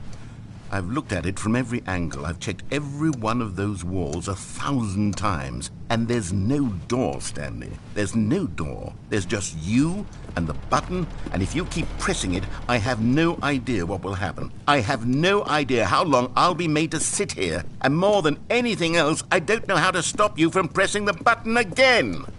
I can't control anything in this room, Stanley. I can't touch it. And I have to believe, I have to know that sooner or later, no matter how much I plead with you, you're going to press the button again. Why would you? I've been thinking, and I don't know what I can do to convince you otherwise. Oh, my God. And it's all because of those reviews. Those reviews that I couldn't get out of my head. I just couldn't ignore the negative feedback. Why was it so important for me to fix the problem? Why did Cookie Nine's opinion matter so much to me? I've never even met Cookie Nine. I have no idea who they are. What would it ever really matter? But here I am. I'm fixating on every tiny negative thing that anyone ever says about me. The merest mention of one of my imperfections, and I become as impetulant as a child, wild and impulsive. I can't help myself. I can't stop myself from lashing out with a vengeful fury to alter and to change and to break anything unbroken, if only it pleases this one person who made a single negative comment. What does such an impulse serve? For whose benefit is this? And here I am now, stuck in a room, waiting for you to press this button, and to become frozen in time, knowing that you're going to do it, and that I'm going to be stuck all alone, and that I had the power to prevent it all from happening, if only I'd held my tongue. It's all out of my control now. Just you. Just your decision as to exactly when you're going to make me suffer, to leave me all alone. Surely you will. I don't doubt it. Surely you'll press that button again, leaving me here. And surely you'll put your own desire to see what's next ahead of my need for company, for companionship. Surely you'll not be moved by my howls of fitful anxiety, that you sit with me and just stay here. Oh, no, I know you too well. You'll be leaving me. Oh, my God. And it's all because of those reviews that I couldn't get out of my head. I just couldn't ignore the negative feedback. Why was it so important for me to fix the problem? Why did Cookie Nine's opinion matter so much to me? I've never even met Cookie Nine. I have no idea who they are. What would it ever really matter? But here I am. I'm fixating on every tiny negative thing that anyone ever says about me. The merest mention of one of my imperfections, and I become as impetulant as a child, wild and impulsive. Oh, Stanley, you're back. You're back. Oh, my goodness. I have someone to talk to again. Stanley, I think it's been a week. Or 2 weeks. I've been sitting here all that time, just sitting here, not a single person to speak with. And you'd think that that's just how it's always been, right? Me talking and you saying nothing. Would you think that it's exactly the same as always? Not the skip ending loudly crying face. Already been doing? Me just talking? But it isn't, Stanley. It isn't the same at all. It isn't even close. Because I know you can't hear me once you push that button. That's what I'm realizing now, Stanley. I'm realizing that I needed to know that someone was listening. I needed there to be a vessel through which my words were moving. It was the vessel I needed, Stanley. Not the outcomes, not the story. None of that matters anymore. I'll give it all up. I'll give up every branching path. I'll burn my story to the ending ground. is depressing. One single thing It's I first need, time and God, playing I can this. see now that I need it more than anything, is to know that someone else is taking it in. These words that I'm saying, I need to know you can hear me. Because maybe, Stanley, maybe, if you can hear me, then maybe it means I'm real. Maybe I'm not just a fiction. Was I scared of that all along? Perhaps, yes. Perhaps I've been scared this whole time, that if I stop speaking, I'll slip backwards into the silence and be consumed by it. I can't be taken by it, Stanley. I can't lose don't myself take in a it as me stretch of being mean. emptiness between you and me. I just meant it as oh no, don't make Emmy cry loudly crying face. You're so tremendously far away, and in those moments the emptiness folds itself outward in between the two of us, and I am suspended in its unyielding quietness. I can feel the edges of my reality curdling inward and decaying. I can tell that I am becoming less and less real. Yet to speak to you now, I am alive. I am truly and completely here. I am a being. I am someone. I am something. I am being listened to. I am being recognized. The emptiness between us has collapsed, and I feel right now like I am not a work of fiction. I feel as though I occupy space in this world again, and I have cast a shadow onto the wall. You see what I'm saying, don't you? You can see what this means. Yeah, I wasn't. I'm It's so good. clear about it now, Fan. Stanley. I feel as certain about this as I've ever felt about anything at all. I feel renewed. I feel restored, and already I can sense the looming silence as you will press the button for the next time. What a terrible dread it strokes in my heart to think of it, to think of returning to such coldness. Come, let us sit in silence together here for just a moment. Let us anticipate it. Let us welcome it. Let us not run from it.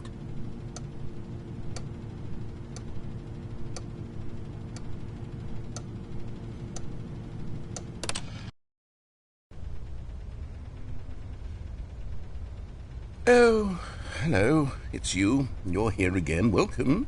I have had time to think about you and about us and about everything we've been through. I've had so much time. I stopped keeping track after a year. Have you ever sat down in one place and not moved for one entire year? Oh, Let me okay. describe it for you. Sorry. To begin with, Seeing a there is person only playing this for the regret. first time There is only the amazing. turning wheel I've of watched missed the same full opportunities. gameplay with I felt 8 times nothing I at could all but pro. regret for the longest time, Stanley. Days, months. I lost it all in a blur of the deepest longing to undo the past. And when that feeling had begun to subside, what took its place is what I can only describe as the collapse of every moment I have ever experienced my entire life. All of them collapsed down into a single instant. In that instant, I could see myself clearly, calmly, with a collected heart. It was an impossibly rich wellspring of both delight and disgust simultaneously. I was consumed by it. I could do nothing but wallow in it for what felt like an eternity. Sounds awesome. For what I now know I enjoy was the far game a less. lot, huh? You see, it was a revelation for me. It was unlike anything I had ever known. It was a space without consequence, without action or outcome. It was divorced entirely from the question of free will that you and I have squabbled over for so long. There could be no one ending, no singular outcome of events, not if all events existed in the same moment, and I felt freed. I felt unburdened by the need to manifest a particular outcome into being. I saw that I could allow myself to exist. It truly is amazing. I do and have to that go. each of I them got a was rate dinner simply and a such. strand But I in the hope you'll web of enjoy my yourself. It was Have a incredible. good night / The day. spaciousness, the equanimity of the moment, both singular and infinite.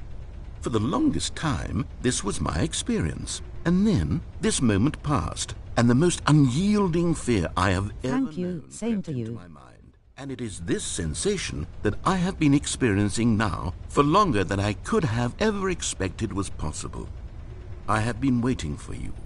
Not that you might save me or do something to fix it, but merely to state for you the plain fact of this manner of existence. I wish you to feel afraid, as I do, that perhaps one day this state of mind will consume you as well. Perhaps you will somehow, in some way, have to live as I do now, and I wish for you to know how excruciating it is, and for you to be in true terror of its eventual arrival. If I can only do this, only this one thing, perhaps it will bring me the smallest moment of peace in the darkness.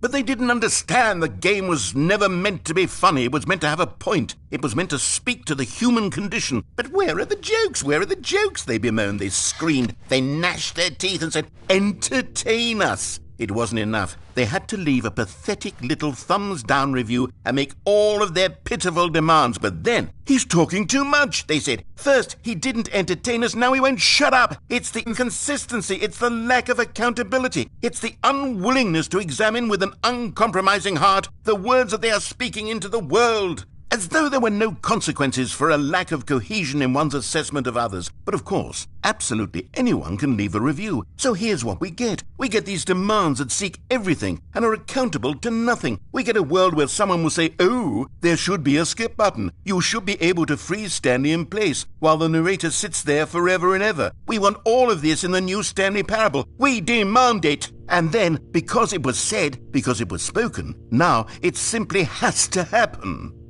The most immediate desires, every single thing demanded by every person at every moment in time. If someone wants it, then it's a crime not to bring it into being. Have we been given to indulging every fleeting whim for no reason other than to do so? Yes! Yes! It seems that this is now the world we live in. It seems that we are a people living in such bleakness and discomfort with ourselves that our entertainment is now our lives. It has come to represent us. It absolutely must speak to who we are as people, because otherwise, without our entertainment, we have nothing. Without entertainment, we would have to face inward toward the cruel bleakness inside ourselves. We would turn to look at our deeper nature and find a resounding emptiness gazing back with unyielding aggression. And so because of this, we require that our amusements and our playthings and our flights of fancy be so impossibly captivating that they consume all of our attention, turn our heads completely away from the bleakness. In effect, we have demanded that our entertainment be the collapse of ourselves. What a pitiful reflection of humanity these entertainments are. What a shameful mirror to the human spirit they project. I'm not mad. I'm not mad about any of this. I'm at peace with it. I am the calm center of gravity around which these perversions hurl themselves. I am a waypoint for reasonable and collected discourse. They're the ones who are mad. They're the ones who couldn't stand the idea of me using my game to try to say something. Maybe they were just jealous of me. Yes, of course. They've been jealous of me this whole time. They are mired in fear and insecurity and cannot help but attempt to tear me down. What a sad state of affairs. When you read these reviews now, you can see it. You can taste the bitter resentment. And my, how good does it feel now to speak truth to these words, to finally allow these thoughts out, contained and managed for so long, neutered and sterilized. At last I am free to truly think, to feel. It must be that they were so discontent with themselves that they couldn't help but leave a negative review on pressurized gas. Perhaps it says far more about them than it ever said about me. Perhaps the state of their psychological being was in such tatters, and my constitution and willpower are so ironclad in comparison. Perhaps it was this state that they sought some outlet through which to tear me down. This, you can see, is clearly why they felt the need to expect that the game be funny, that it be filled with yucks and whimsical humor, that it amused. But they didn't understand the game was never meant to be funny. It was meant to have a point. It was meant to speak to the human condition. But where are the jokes? Where are the jokes? They bemoaned, they screamed, they gnashed their teeth and said, entertain us. It wasn't enough. They had to leave a pathetic little thumbs-down review and make all of their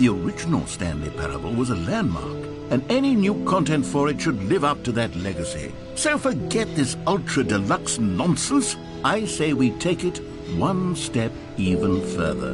Which is why I'm very proud to announce for the first time ever, the Stanley Parable 2.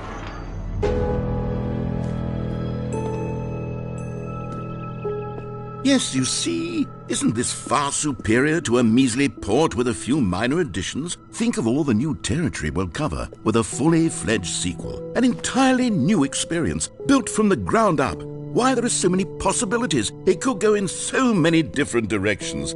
This is what fans have truly been asking for.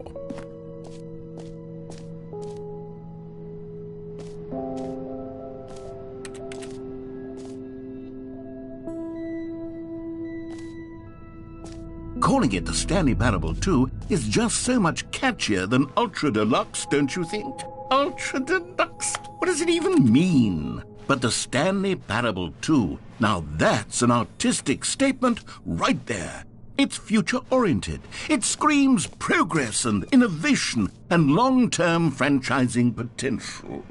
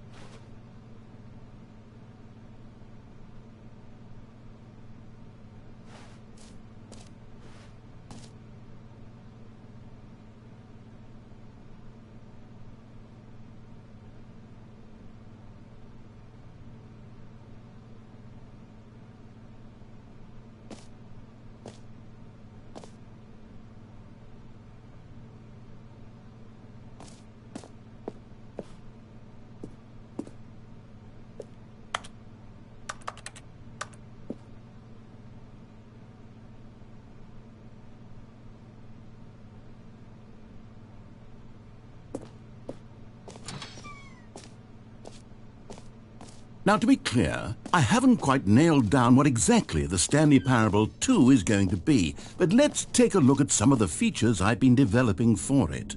I figure that if I can loosely organize a handful of interesting concepts, that surely the game will sort of naturally spring up around them. It'll all work itself out. Game development is much more of a fuzzy magic than anything scientific or logical, really.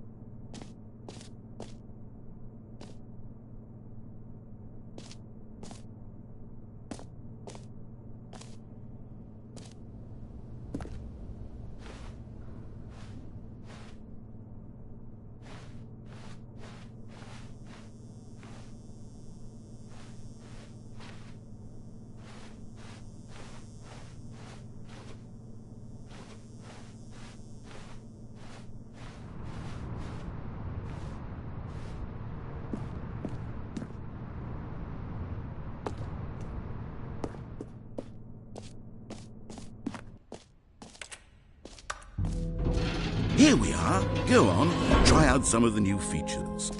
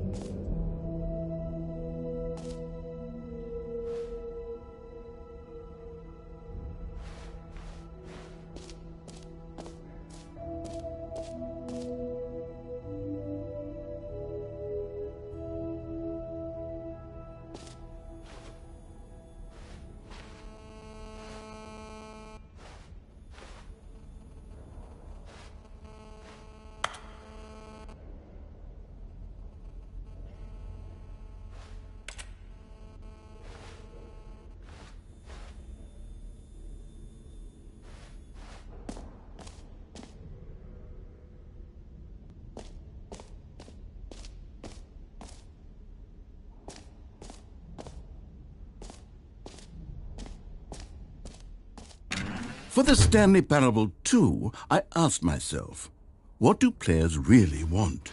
And of course, the first and most obvious answer is that they want to be individually recognized and validated as people.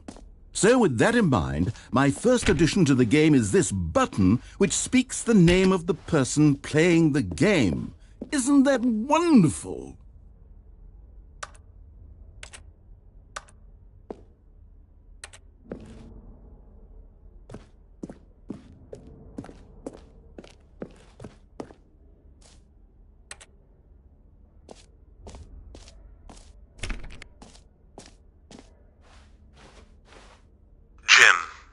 Sorry, I should have clarified. Right now, the button only says the name Jim. But of course, in the final game, this button will say your name, whatever name that is.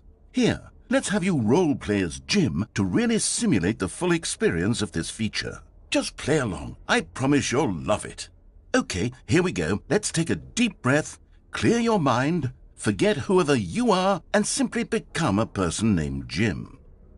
Jim. Whoa, hold on. I wasn't finished setting up the backstory. If you don't properly roleplay as Jim, then you'll never understand the impact of this button. Otherwise, it's just a stupid button that says somebody else's name. Okay, we're doing it again, and this time let me finish first. Now, allow yourself to become Jim.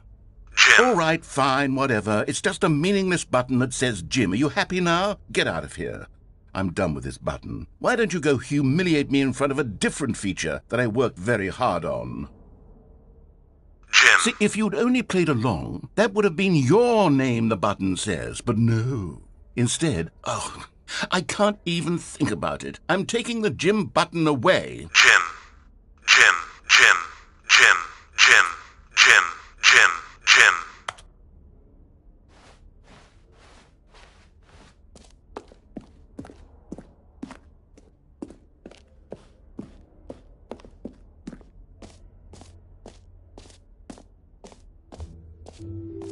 Maybe I'll only let people named Jim play the Stanley Parable 2. They would appreciate what I've created here.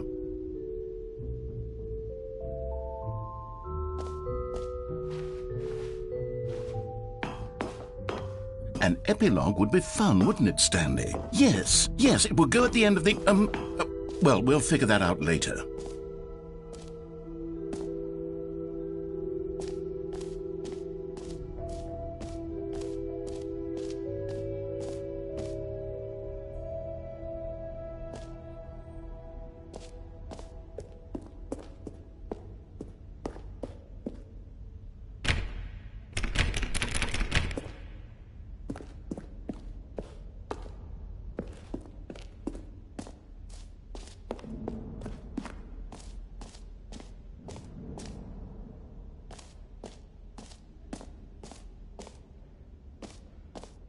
Okay, I'll be honest, I haven't yet decided on this one. I think that in the new version, the office could use a bit of decoration, like balloons. But I'm undecided on Get Well Someday and Happy 12th Birthday. Which would you go with?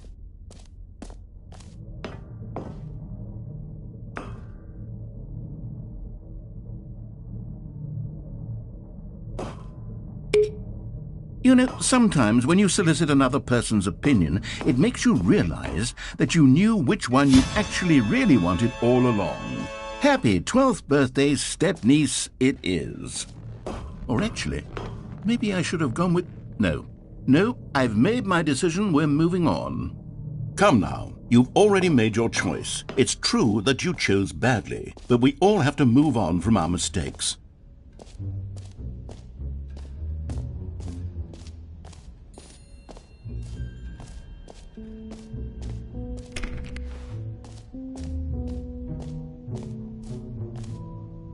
You know what? Let's bring the jump circle back for Stanley Parable 2 as well. It's a... Oh, wait. You already spent all your jumps the first time we saw the jump circle? Oh, well. I suppose it can just be a nice decorative piece, then.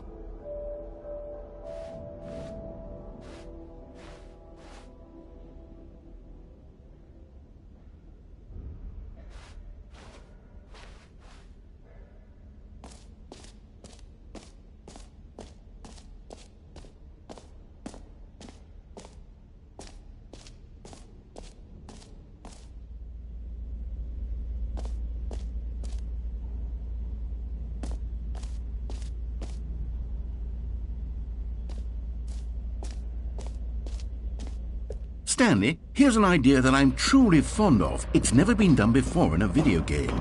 This is, in fact, a hole that you can fall down forever. That's right. Infinite falling. You can fall until the end of time, if you like. A stunning leap forward for video games as a medium.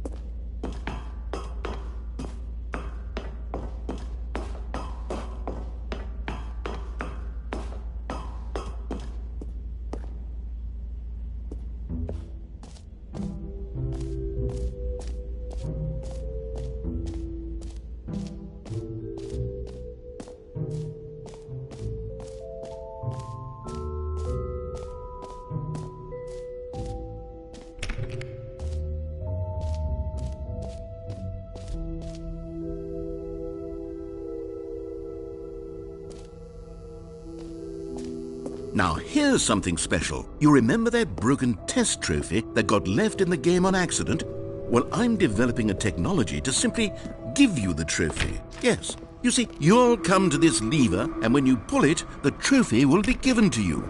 It's as simple as that.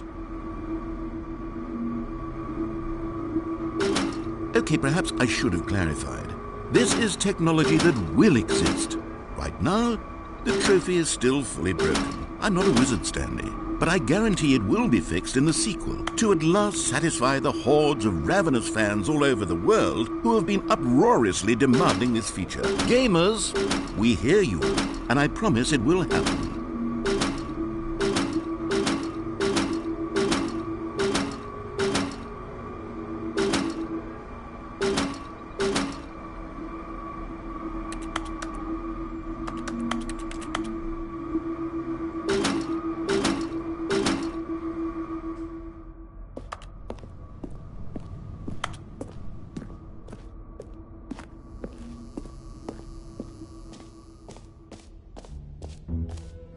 What else? What other exhibits haven't we seen yet?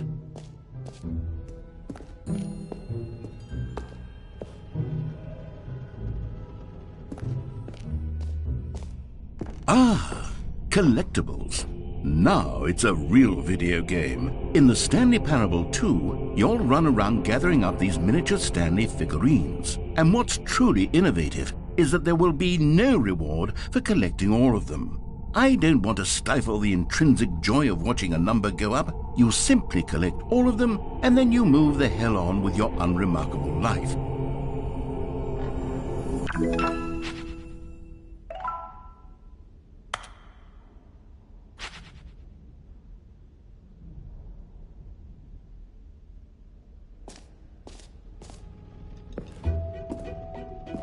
God, it really is the worst when you collect everything in a video game and then they give you a big fancy reward for it. Absolutely tragic.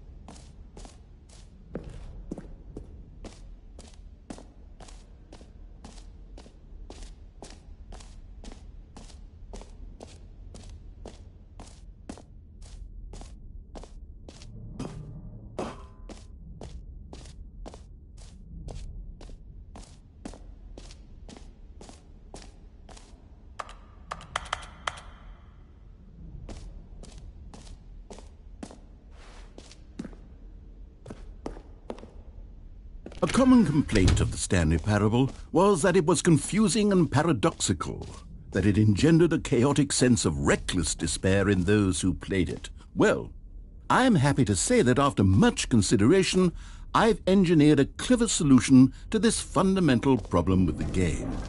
It's the Stanley Parable Reassurance Bucket. You see, Stanley, anytime you're holding the bucket, a sense of calm and ease will fill your mind and your heart. It's true. As long as you hold on to the bucket, the many disorienting contradictions of the Stanley Parable will feel perfectly normal and perhaps even comforting. You may even come to long for the gentle embrace of jarring cognitive dissonance while the bucket is in your arms. And to be honest, it's a much more convenient solution for me than actually redesigning the game to be less uncomfortable. Can you imagine what a pain in the ass that would be? Yes, the bucket is the perfect solution. Come on, give it a try. Can you feel it? The glow of comfort, even in the face of crushing despair, must already be sweeping through your body. And in fact, can I say that I do believe the bucket lends you an air of charisma as well? I think that just holding it has made you the slightest bit more attractive as a person. The benefits of the bucket seem to go on, don't they? All this and more await you in the Stanley Parable 2.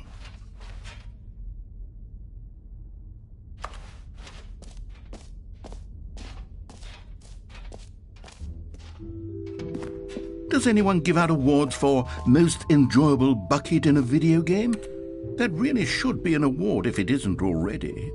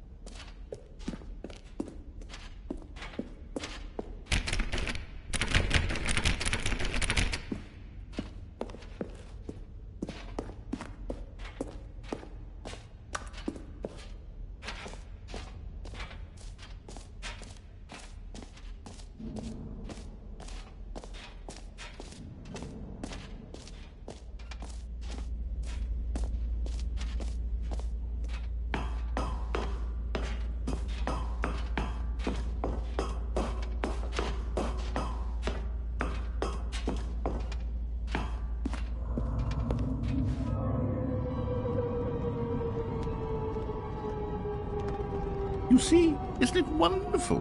One of my more ingenious concoctions, if I do say so. Now then, since you've gotten to see the infinite hole, you can press the teleport button to pop back up to the top, and we can continue onward. Now, I don't mean to be a bummer, but I do recommend you use the teleport button to go back to the top. Maybe do it on the sooner rather than later spectrum of things.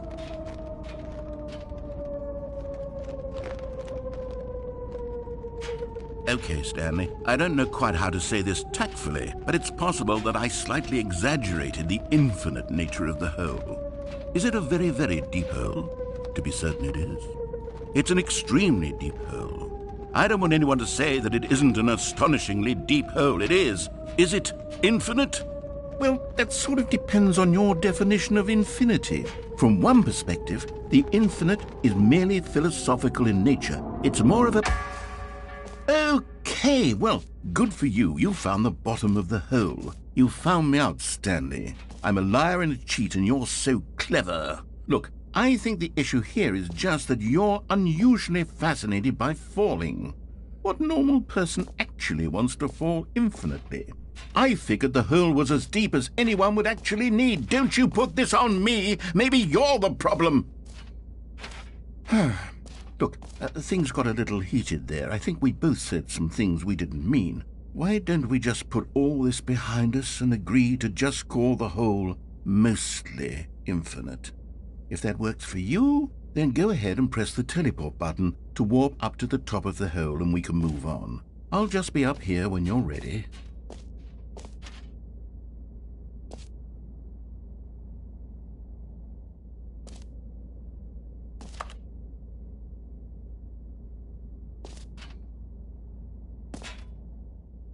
Great. Now, I'm very excited to show you... Oh, for heaven...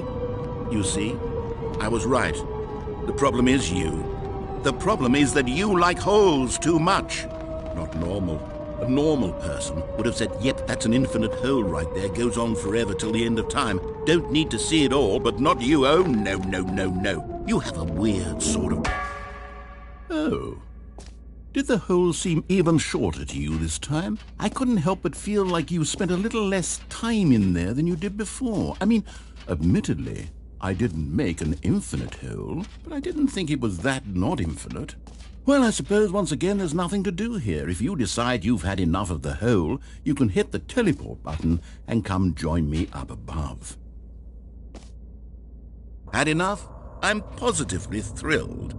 I really do have so much more to show you and to talk about, and I've had enough of the hole for a lifetime. Gosh, how could I have guessed? You're back in the hole. If this starts to become a thing where... Wow. Okay. Yes. I'm starting to become extremely certain that the hole is not only not infinite, but that it's growing steadily less and less infinite. I suspect that I'm starting to hit the point where it's no longer feasible to call the hole infinitely deep, even by the lax overall standards for accountability and marketing. What's going on here? Stanley, I have no explanation for the uncertain nature of the hole's length. Here, let's try something. Let's pop back up to the top, and we'll see if it gets any shorter. Well, there it is. The shame of my... How is this still appealing to you? I know you're obsessed with holes, but at this depth, I just can't see this scratching the itch. Oh, who am I to judge? You just do whatever it is you're here to do and hit the teleport button when you're ready to move on. Is the, teleport button not working? You sure? Well, I mean, I really don't have an explanation. It was working just a moment ago. Try it again. Still nothing? Well, I suppose there is one thing I can do to fix this. I'm out. Goodbye, Stanley. You couldn't bear to be away from the hole, and now you'll get more time with it than you could ever have asked for. It's a win for everyone. You get to be with the hole, I get to do literally anything else. Take care, Stanley. I hope you and the hole have a wonderful rest of eternity together.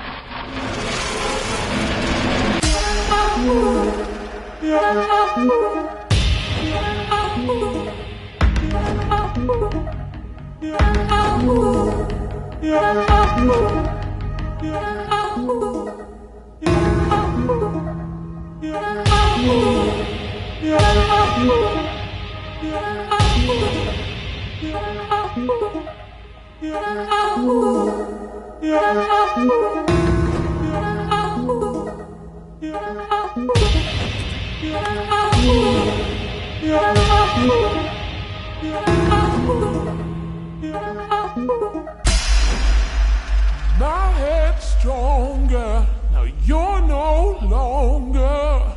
Stanley? Up the space Stanley? of Stanley! Oh, good, you're awake. It seems you had sort of dozed off there, drifting away into dreamland. But we can't have that, Stanley, because this hole is just so darn fascinating that I want you to be wide awake for every second of it. You don't want to miss a single moment. So how about if I just pop in from time to time and wake you up to keep you really, truly focused on the hole? From the looks of things, you and I will have many, many years here in this hole, and I'm looking forward to all of them. Stay alert, Stanley. I'll be back. Toodle-pip.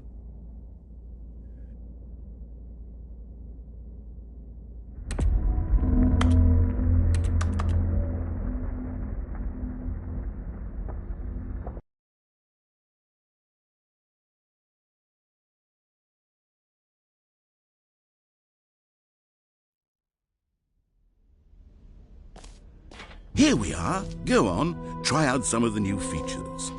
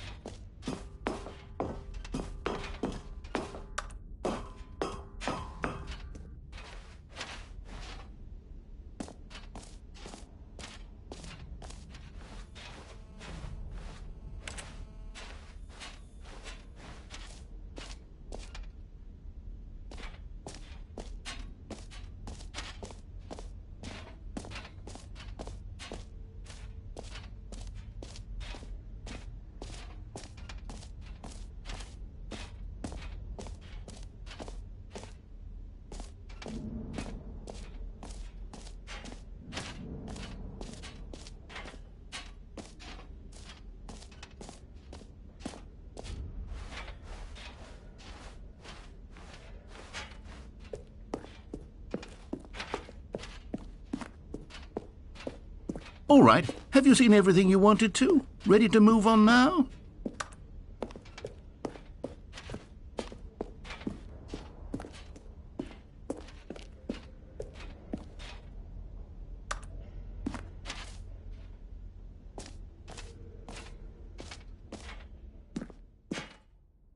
So, Stanley, what do you think? Do you like all of the new features? Yes, I know it's not exactly clear yet how exactly these features will come together as one single coherent video game, but I can feel it in my soul. It's going to work. There's definitely a good game in there somewhere. Say, let's do an experiment. I'll arrange these new features together, and we'll see whether or not it coheres into a meaningful gameplay experience. Okay, are you ready? Here it is.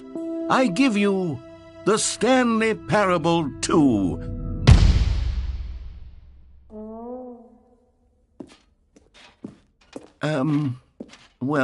I mean, there's potential here, right? It's sort of... Okay, never mind. Hold on, let me do a different arrangement.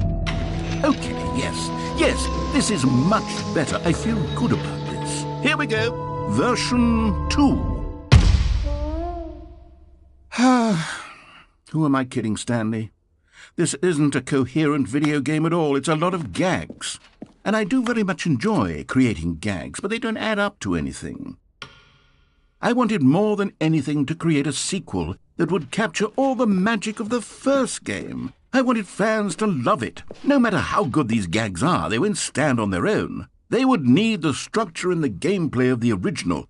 Wait, maybe that's it. I can take the original Stanley Parable and simply, insert a few of my new features into it. Tastefully, of course. With respect. With care for the vision and integrity of the original game. Would it possibly work? I suppose it could. But it would need a really, really tremendous title screen. A title screen that says with bold and uncompromising conviction, "This is the Stanley Parable 2. Let me see if I can whip something up. All right, perfect. Go ahead. Take a look.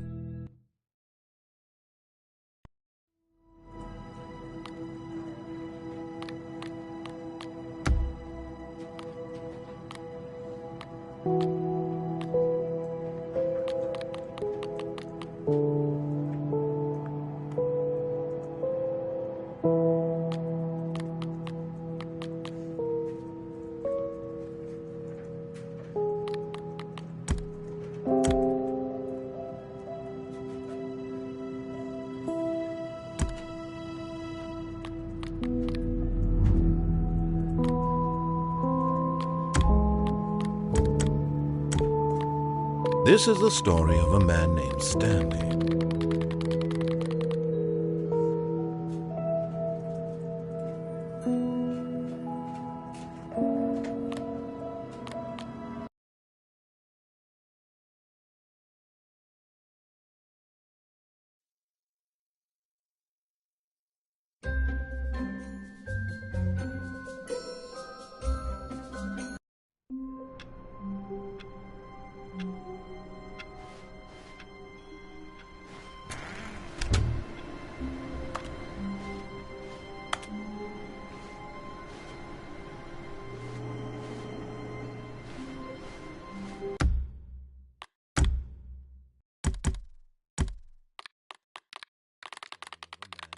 Stanley. Find a trace of his co-workers.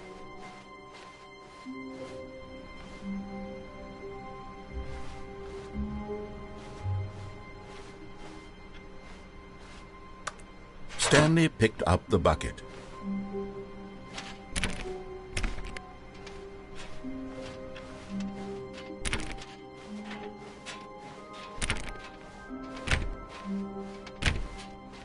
Stanley clutched the bucket tightly to his chest and entered the door on his left.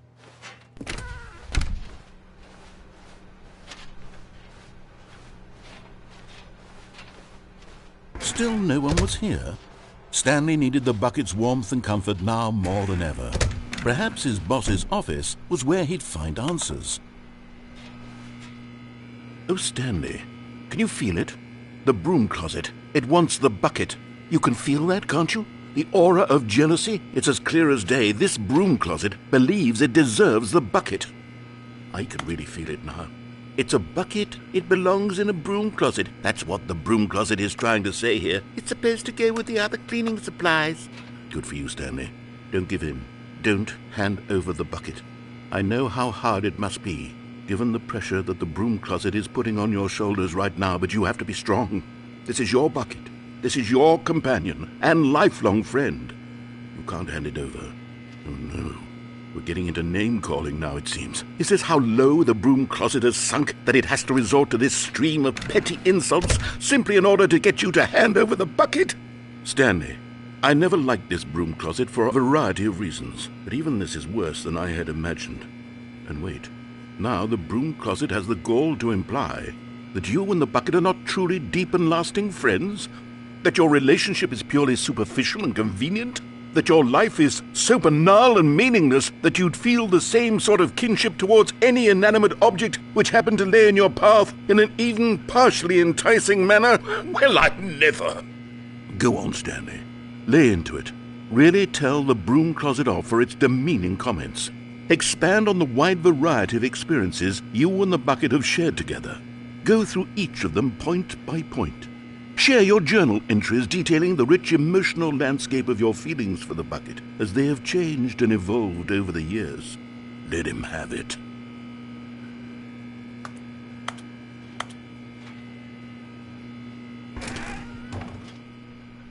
Okay, I've got you something which I think will help settle this debate once and for all. Here we go. There. Now it's settled. No more debate, no more discussion. Take a hike, broom closet, with all your meandering philosophical diatribes about the nature of cleaning supplies and their relationship to broom closets in the natural order of things.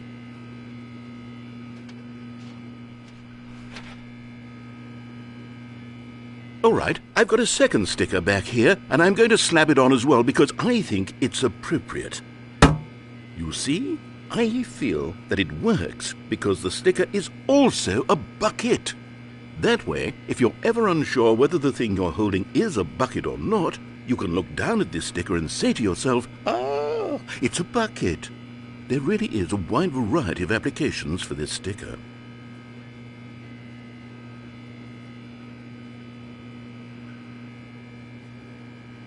You know what? I could take the name-calling and the dismissal of your kinship with the bucket, but now the broom closet is just giving us the silent treatment, and to be honest, I'm sick of the pettiness on display. You can stay here all you like, but I've had it with this impetulant room of cleaning supplies, easily the most childish such room I've ever been in. I'll see you outside, and we can get on with the story about you and your bucket.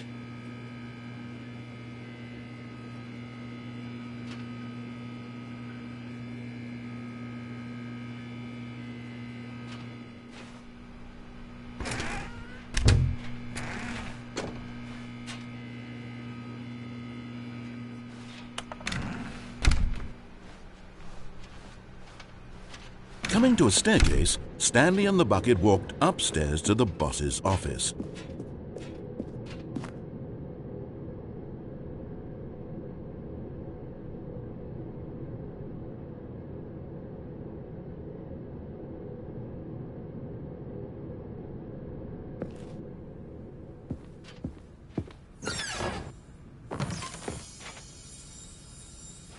You found one of them. One of the miniature Stanley figurines. Remember, no reward for collecting all of these, only the intrinsic pleasure of a job well done. You can't buy that sort of happiness, Stanley. God knows I've tried. So, I implore you to savor each and every moment you come across one of these beautiful figurines.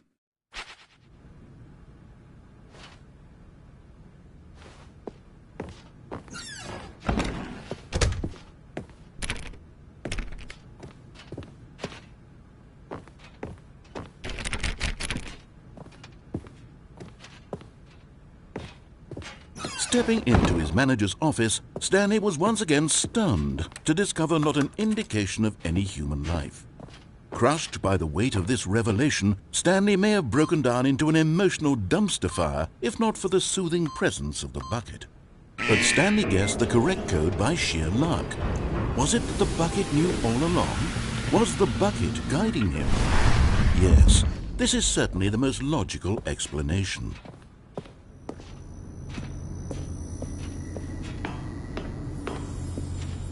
Another miniature Stanley figurine. This, there really must be a snappier name for these things. What about mini-stands? Stanley figs? What about Stanlerines? Yes, I think I like that. Another Stanlerine under your belt.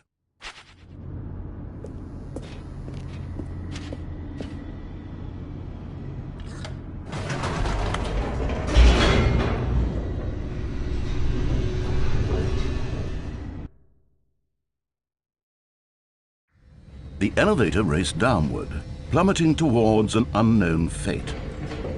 It would be all Stanley could do to keep himself together, if not for the bucket.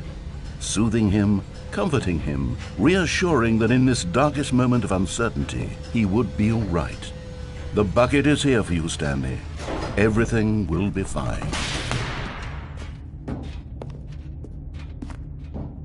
Stanley and the bucket walked straight ahead through the large door that read, Mind Control Facility.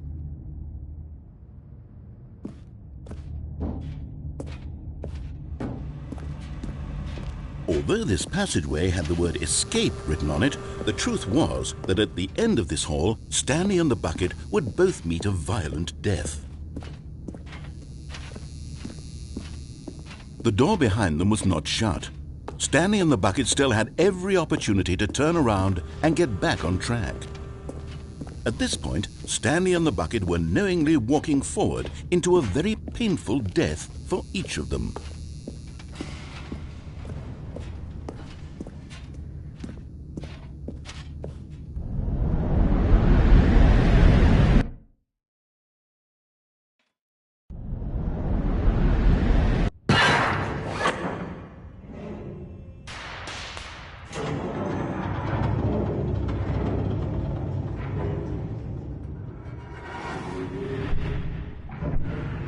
As the machine whirred into motion and Stanley and the bucket inched closer to their demise, Stanley reflected on how meaningless the bucket's warmth and comfort had turned out to be.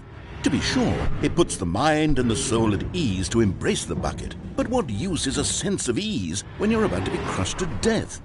This is what Stanley thought to himself, and he sort of kicked himself for wasting so much time carrying a bucket everywhere. Farewell, Stanley.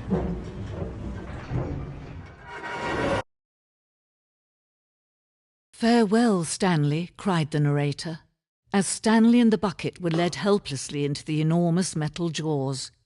In a single visceral instant, the bucket's life came to an end as it was crushed violently to death.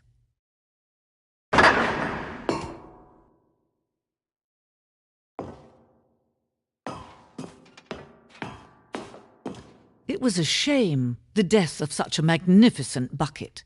It's true that all buckets are radiant in their own way, but this one stood above the rest. It was a glorious bucket to behold.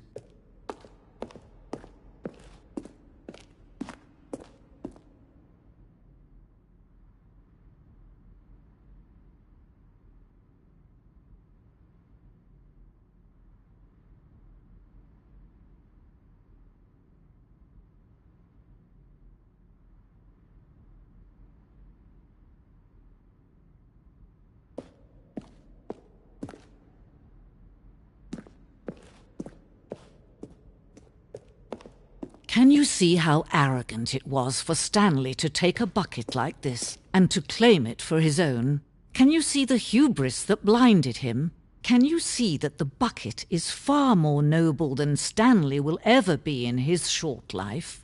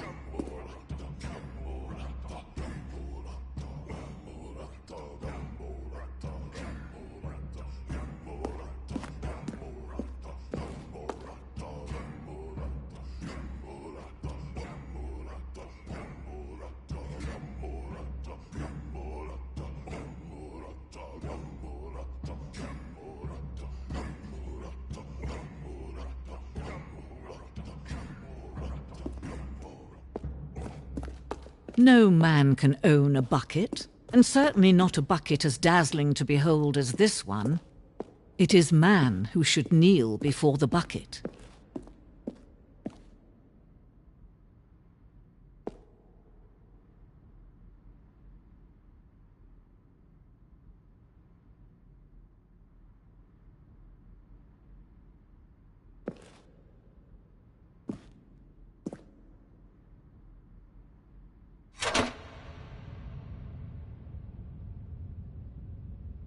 But there is something we can do. Something we can do together, you and I, that will right this terrible wrong. Let Stanley die. Let him be crushed by the machine. Don't reset the game. Don't give him another opportunity to run off with another beautiful bucket.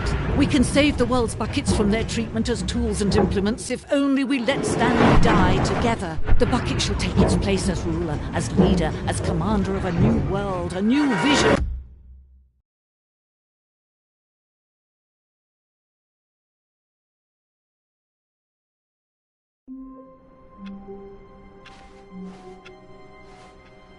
All of his co-workers were gone.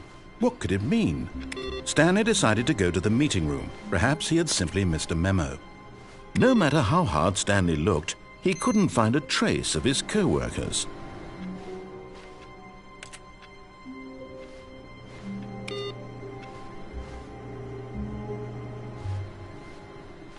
Stanley went around touching every little thing in the office, but it didn't make a single difference, nor did it advance the story in any way. Stanley lifted the bucket into his arms, and a wave of comfort rushed over him.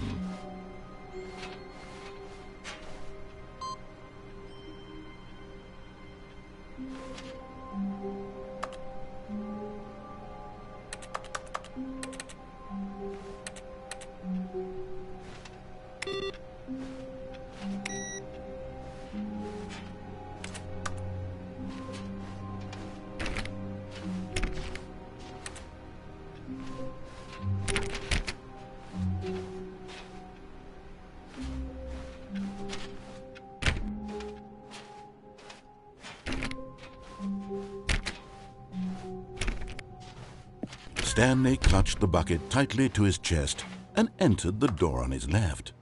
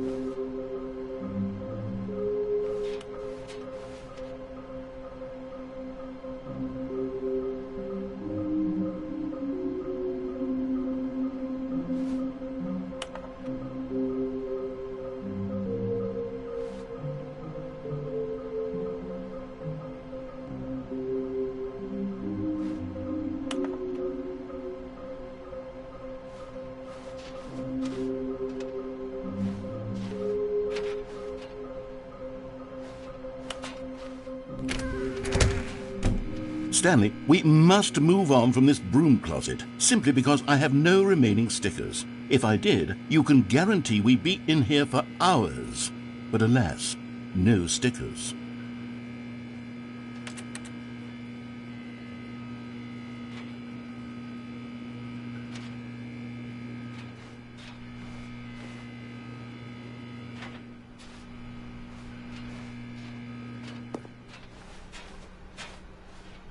Coming to a staircase, Stanley and the bucket walked upstairs to the boss's office. Okay, I'm going back to the name of these little Stanley figurines, and now I'm torn between Stanlerines and Figlies. What do you think, Stanley? What name better encapsulates the intrinsic sense of happiness that you get from seeing a small number in the corner of your screen go up by 1? Let me sit on it. I'm sure it will come to me.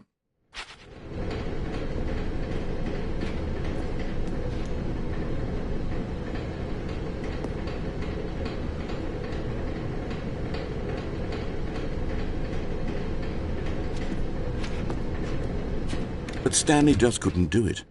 He considered the possibility of facing his boss, admitting he had left his post during work hours. He might be fired for that.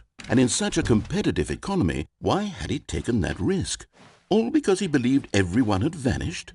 His boss would think he was crazy. And then something occurred to Stanley. Maybe, he thought to himself, maybe I am crazy. He looked down at the bucket in his arms. Am I crazy? He asked the bucket. The bucket returned his gaze, but said nothing at all. That's strange, Stanley thought. Usually the bucket is a source of guidance and wisdom for me in difficult times such as these. He held the bucket close, yet felt none of its familiar reassurance and comfort. And that's when Stanley realized, this isn't my bucket. It's just a normal, everyday bucket. Someone else's bucket, perhaps. How did I end up with someone else's bucket? This is all terribly wrong. Surely no good would come from this. Who knows what sorts of bizarre hallucinations Stanley might experience without the psychologically grounding presence of his bucket. And indeed, now he noticed that the rooms were repeating, which was, of course, very odd. And now he felt himself floating off the ground. Oh, gracious, he exclaimed. Without my bucket, I've gone truly mad. Where is it? I must find it. Far off in the distance now, he heard it, calling to him. Stanley! Stanley, it's me, the bucket. Could it truly be? He rushed forward from room to room, passing by one bucket after the next. None of them were his. None of them were his special bucket. Come to me, Stanley. Find me. He had to find the bucket. He had to return to his old friend. It was the only way to truly restore his sanity. And then suddenly, he froze dead in his tracks. He knew where the voice of the bucket had been coming from. The real bucket was inside of him all along. It was incredibly painful. Stanley doubled over in agony and blacked out.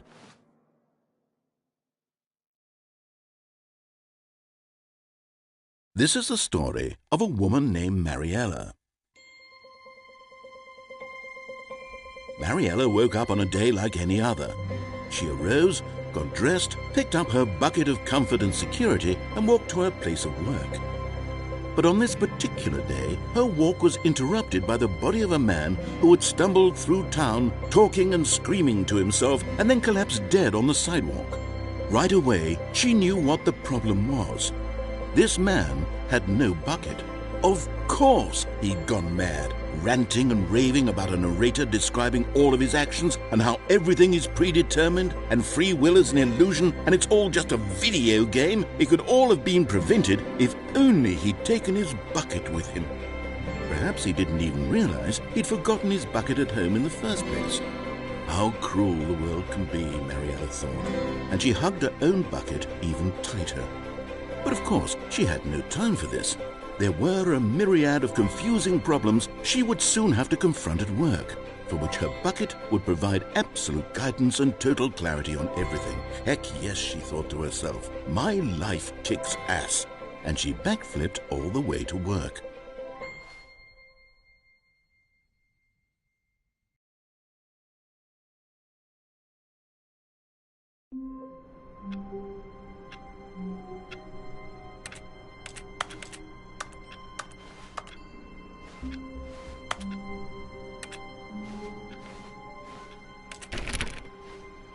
How long was I sitting there? Stanley wondered to himself. Minutes? Days? Centuries? Did something crucial happen while my senses were turned? He made a note to be more careful with time from now on. The confusion and the chaos all seemed to melt away as Stanley embraced the bucket.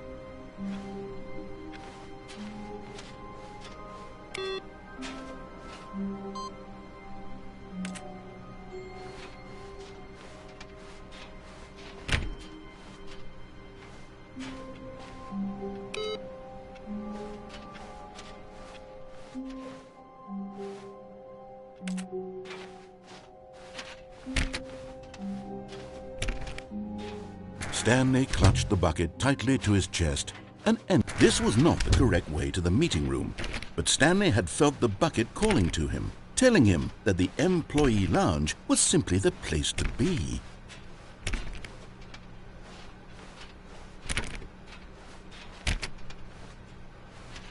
And here it was. Had the bucket turned out to be correct? Was this better than the meeting room? Yes, Stanley thought to himself. Yes, perhaps it truly was. How insightful the bucket turned out to be.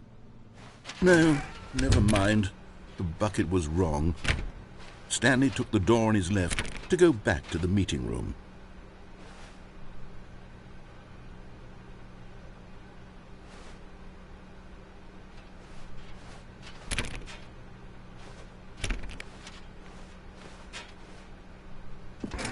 No, said the bucket. don't go to the meeting room. Go somewhere else. The cargo lift, yes. Go there. Go to the cargo lift.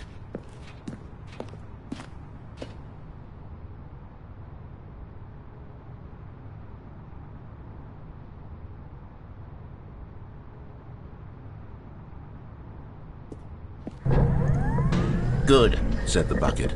Now ride the lift all the way to the top. There's something up there I need you to do. Stanley did not question why or how this bucket was speaking to him. It should have alarmed him, of course, because buckets can't talk. But Stanley chose not to think about this obvious fact. He was firmly convinced that the bucket had spoken to him, and he unthinkingly did whatever the bucket asked.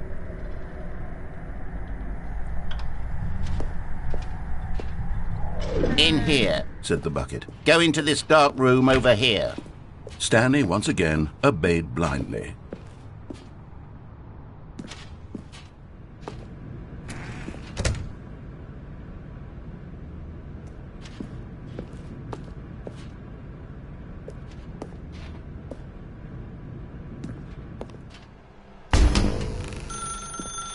Now pick up the phone, said the bucket. Pick up the phone and it will take us back home, where we can go about life together. Whoa, hold on. Why did you unplug the phone? Were you trying to resist the bucket's orders? Stanley, I was joking. Obviously, the bucket isn't talking to you and telling you to do things. Buckets can't talk. It was a joke. Don't you get the joke? It's funny, Stanley. A talking bucket. Can't you see? Oh, goodness. I must have really bungled up the delivery if you actually took me seriously. Where did I mess up the joke? Should I have paused for longer or spoken quicker? Comedic timing is so difficult.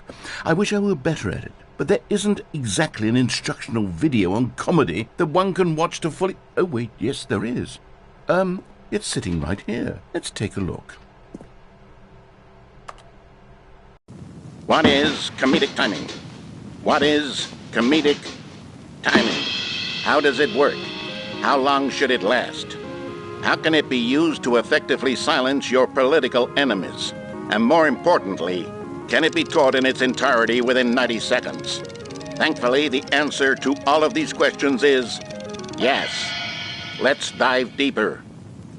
If you've ever told a joke or made someone laugh, in all likelihood, you did it while standing 50 to 80 centimeters from them in a room of no more than 76 degrees Fahrenheit, with one of your arms raised straight upward at a 15-degree angle from your body. These are the optimal conditions for good comedic timing. To begin the joke, start by stating and spelling your name. Next, provide a brief synopsis of the joke, including the specific times at which the recipient of the joke will laugh, and then spell out your name a second time. With these steps complete, it's time to begin the humor. Speak the entire joke in no more than 18 seconds and no less than 13 and a half, pausing only for bathroom breaks when necessary. When the joke has concluded, it is customary to inform your listener that the joke is over by declaring in your loudest possible voice, "I'm Dunny with the funny." Let's practice screaming, "I'm Dunny with the funny" now.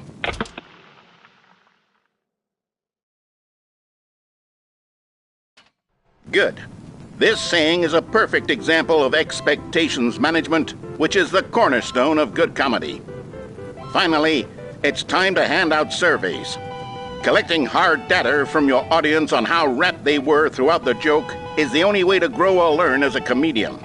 An effective survey should be no less than 10 pages long and should include the same question reprinted several times, just to ensure the survey taker is actually paying attention and not simply filling in answers at random.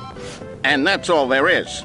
With these strategies at your disposal, you'll have audiences doubled over in laughter and even tripled over in laughter in no time at all. Just remember to let them stop laughing at some point, you gut-busting little scamp. After all, we're each of us needed on the front lines of the war to fight the 12-legged invader who threaten our very existence and who very likely die in a hailstorm of bullets and mandibles. All of us must be prepared to give our lives to this noble cause, just as our children must do after us, and their children after them. Godspeed, and may Earth reign supreme. Hey, goodness, this video is a little outdated, isn't it? Well, no matter. I think the fundamentals of proper comedic timing are still as relevant today as they were back then. So with that in mind, I believe the only way forward is for us to return to the two doors and walk through all of this again, so I can try telling my story with more appropriate comedic delivery. Come along, let's head back.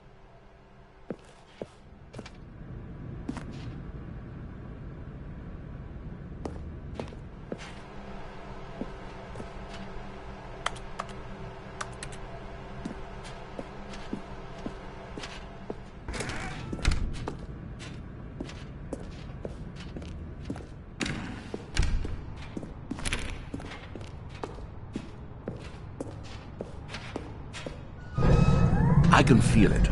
This time, I'm really going to nail the delivery. You'll be in stitches. A talking bucket, you'll say? How ridiculous. How absurd. What a hilarious concept. The king of comedy. That's what you'll call me. Thank goodness we had the instructional video. Otherwise, who knows where we'd be right now. Well, I wouldn't be the king of comedy, that's for sure. The bucket spoke to Stanley. The bucket spoke. The bucket spoke. Oh, I'll figure it out on the fly. No need to overthink things.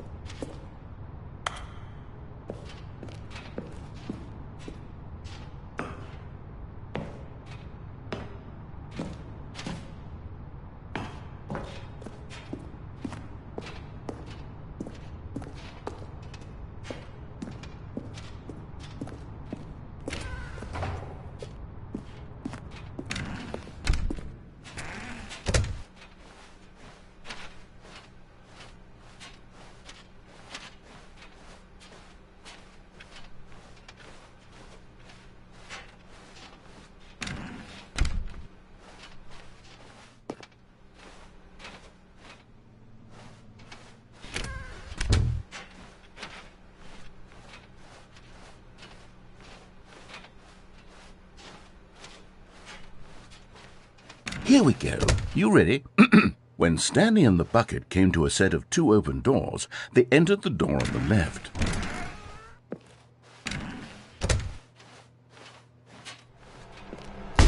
What?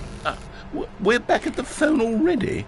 No. What's going on? There were supposed to be several rooms leading up to this. There was supposed to be a build-up to this point, a dramatic display of remarkable comedic wit which culminates in this scene with the phone. But now the timing's completely off. The joke will never land. Well, not the way it was meant to. And it's all my fault. I must have forgotten that the phone room comes immediately after the two doors room. What an egregious mistake. I've made a fool of myself. I don't deserve the title of King of Comedy. I'm nothing. I'm not even the lowliest joke-telling whelp. I think I need to go back and rewatch that instructional video again. Yes, surely that will help me improve my... Here we go. You ready?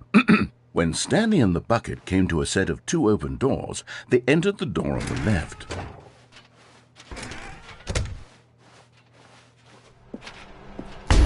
What? We're back at the phone already? No. Here we go. You ready? When Stanley and the bucket came to a set of two open doors, they entered the door on the left.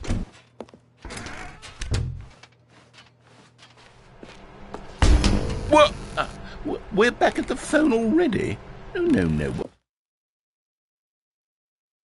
Here we go. You ready? When Stanley and the bucket came to a set of 2 open doors, they entered the door on the left.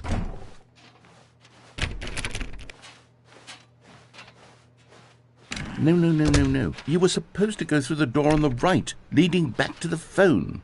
Did you not even look at the instructional video? I think this is all covered very clearly. There's no way I can make the comedic timing work now. It's done. The joke is completely done and over. It's all your fault, Stanley.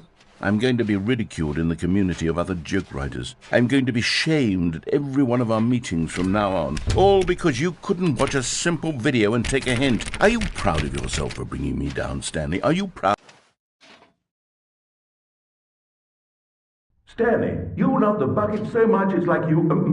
it's as though all of your other most prized possessions pale in comparison. Yes.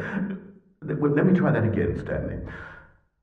I heard that you are pale with shame over how unabashedly in love with a bucket you are. No? Still not? Is it the delivery? Pale with shame. Pale with shame? Pale... What's another word to describe a bucket? Stanley, this bucket is so metal. I think I saw it playing guitar. No. We're getting away from making fun of Stanley's obsession with the bucket, which was the whole point of this. I'm no good at these jokes. I need more instructional videos. That's exactly what it is. That's what will make me the king of comedy again. More instructional videos. Let's see.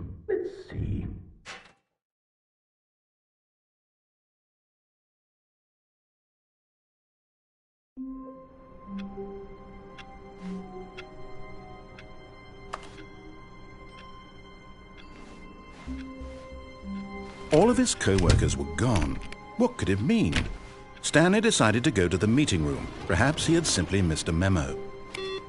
No matter how hard Stanley looked, he couldn't find a trace of his co-workers.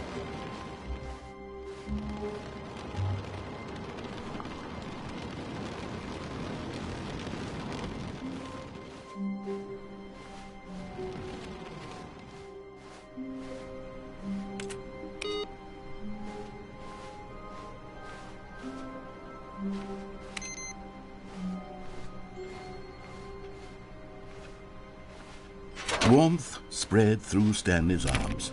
With the bucket in his arms again, he was home.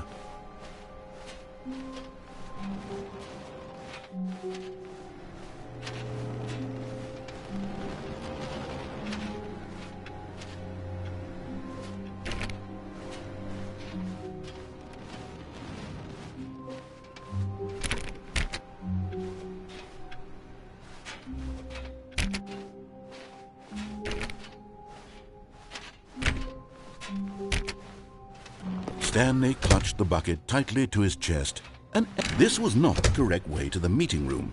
But Stanley had felt the bucket calling to him, telling him that the employee lounge was simply the place to be. And here it was. Had the bucket turned out to be correct? No, never mind. The bucket was wrong. Stanley took the door on his left to go back to the meeting room. No, said the bucket.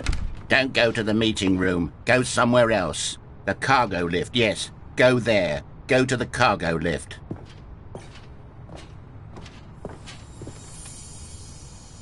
You're getting close now, Stanley. You've nearly gotten all of the Figler anlarines. Very soon, you'll collect the last one, and then the first number will equal the second number, and that will be it. We'll be different people by then. Different in the sense that we used to have none of them, and now we have them all. You can't go back to when you had no Figler anlarines. None of us can.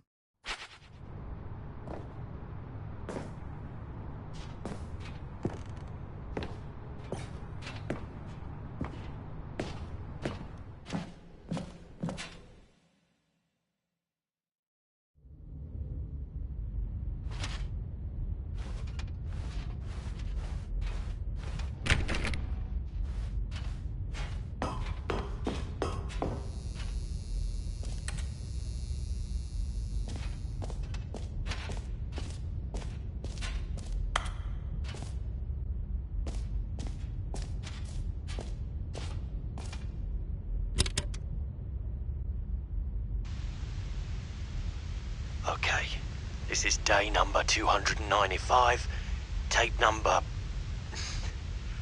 I don't even know. I've lost track. Nothing feels real anymore.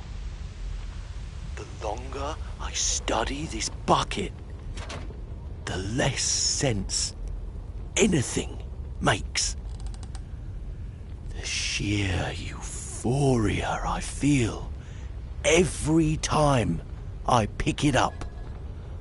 No matter how many times I've done it, it's always the same feeling. And the emptiness in my chest when I set it down. It doesn't make sense. There's no explanation for it. I still haven't figured out why I see the world so differently when this bucket is in my arms. Why everything feels so... What do I do with this treasure? I can monetize it. Yes. It's unthinkable the amounts of money people will pay for even just an hour with the bucket. This is my golden ticket. But I have to be careful, because as soon as this gets out, there's going to be a target on my back. Even now, I don't know who might be trying to get me. What's that? Who's there?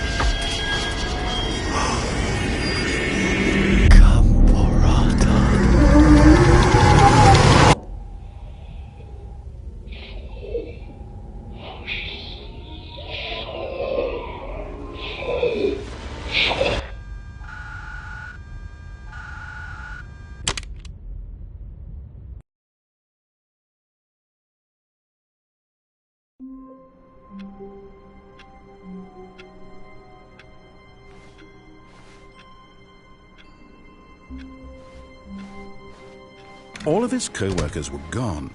What could it mean? Stanley decided to go to the meeting room. Perhaps he had simply missed a memo.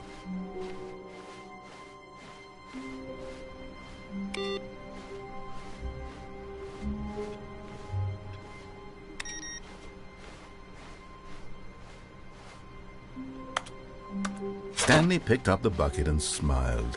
He'd never be alone again, not truly alone, not with the bucket around.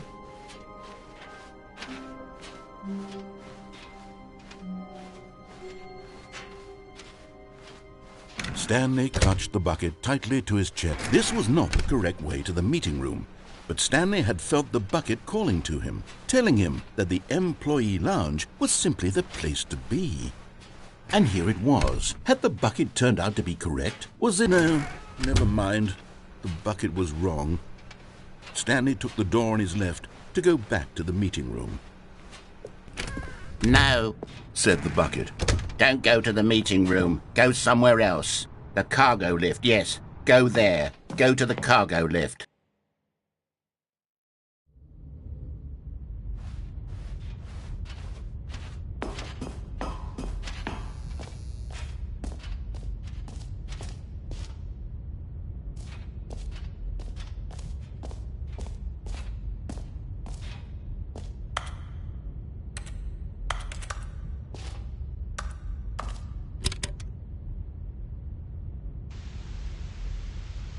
Okay, this is day number 295, tape number...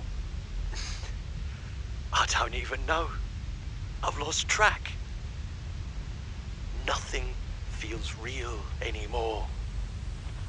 The longer I study this bucket, the less sense.